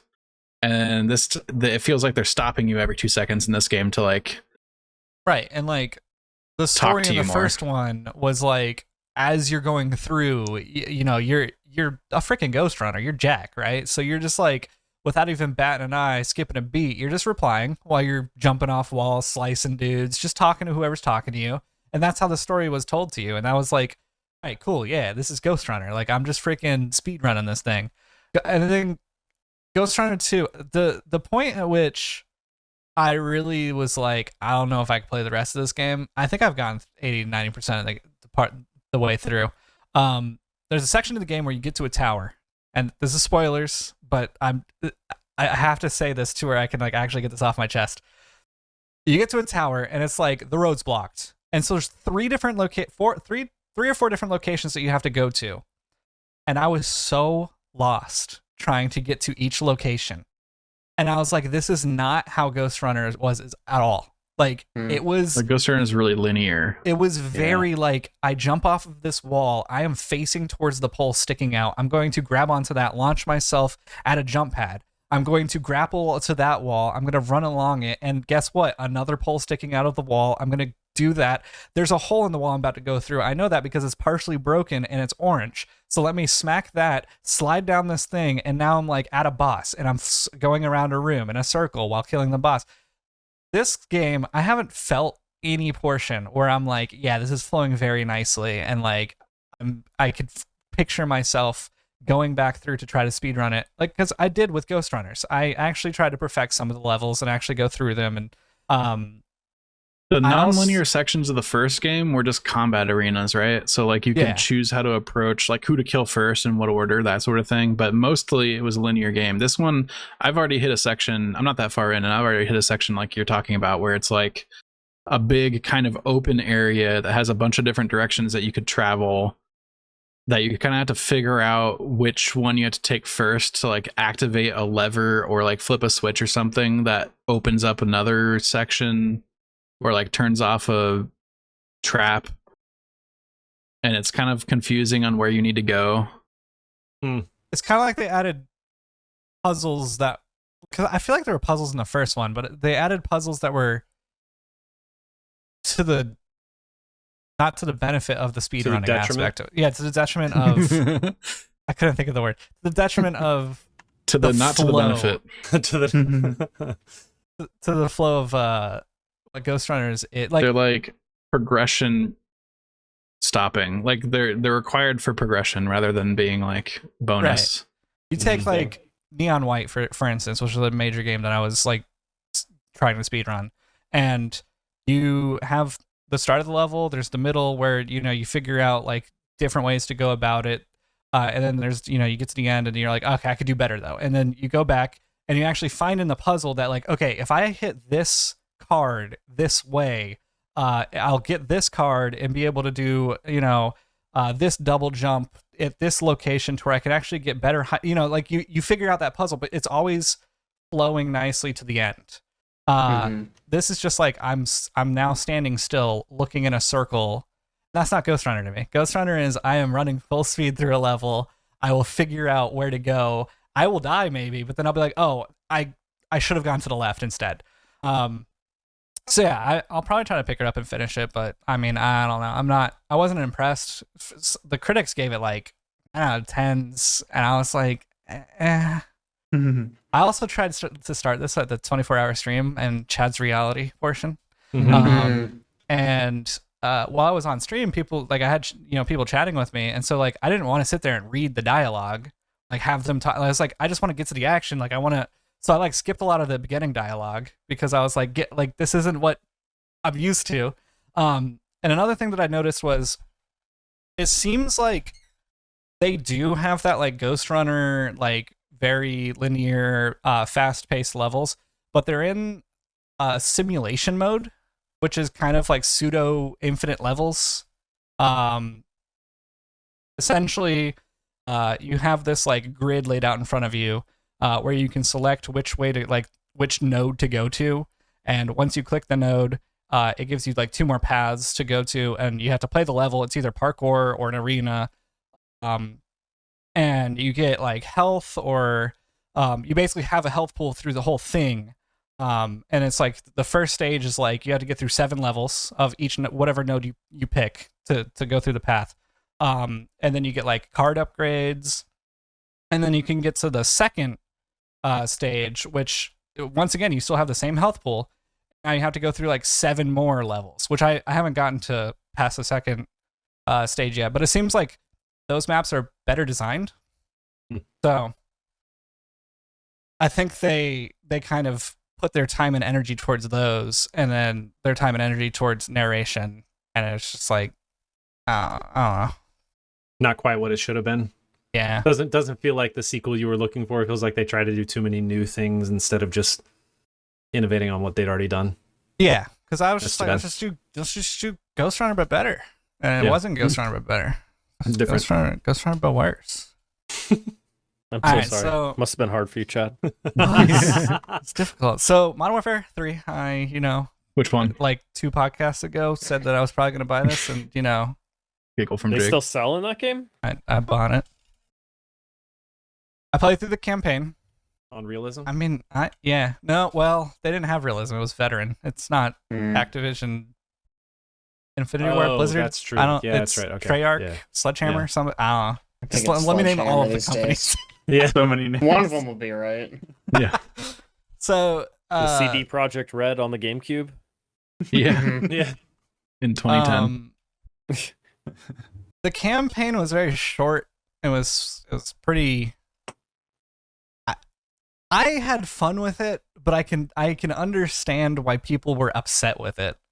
Although I do enjoy, maybe if they did a longer, more action-packed campaign, I really enjoyed the open map levels that they did create, which people have been saying that they're a cop-out. And it's basically like, we were at Verdansk at one point, like straight up at the stadium. And it was just like open map. You could just explore wherever, you find your own path. And now this is a game that kind of benefits from finding your own path. I kind of felt like I was maybe because I enjoy like stealth missions and like Splinter Cell, Deus Ex, or Cyberpunk. I really enjoyed trying to stealth the entire mission, and I think a lot of people didn't, and they just had wave after wave of enemies coming at them. But basically, you have like objectives that you have to hit. You can find your own path to get there, but you're basically in this like just kind of sandbox, just tiny sandbox that you can just kind of explore around and go through. And then there are some linear maps that you can play through. So, like I said, it was short. Multiplayer, it's Modern Warfare 2, but better. Better's a good thing. Yeah, the I do movement's like when things better. are better. The visual recoil is less. It's just improved. I don't know if we needed a $70 price tag to improve it, but $70. Wow. Yeah. But there's all sorts of rumors that this was originally supposed to be an expansion for the last game, right? Yeah. Yep. It was supposed to be an expansion. Well, first of all, pretty sure they wanted to make Advanced Warfare. And Activision said, no. You're making Modern Warfare 3. Here's your storyline. And that's what you're going to do. And so they had to like turn on a dime and pump this game out. I think it's 16 months that they did to get this game out the door. Incredible. When it's usually like a 2-year cycle that they usually. I think they expanded to a 3-year cycle because they brought in more studios so that they could have longer dev cycles on them. It's crazy. I will say that looking through the game modes, playing the multiplayer, playing the maps, I actually tried the zombies, which it is definitely not your normal round-based zombies, but it's if you liked DMZ and you hated versing other people, this is your mode. Like it has all the objectives from DMZ. There's just twists on them. There's a pack-a-punch machine. There's the double points that get dropped, nukes that gets dropped, but you only have like a half an hour to play in the map, and then you have to extract, just like DMZ. So I think that's a very interesting choice. It is weird. There's on the map. There's different colored zones. It's like the gray on the outside, then it turns to orange, and it turns to red. So it's tier 1, tier 2, tier 3.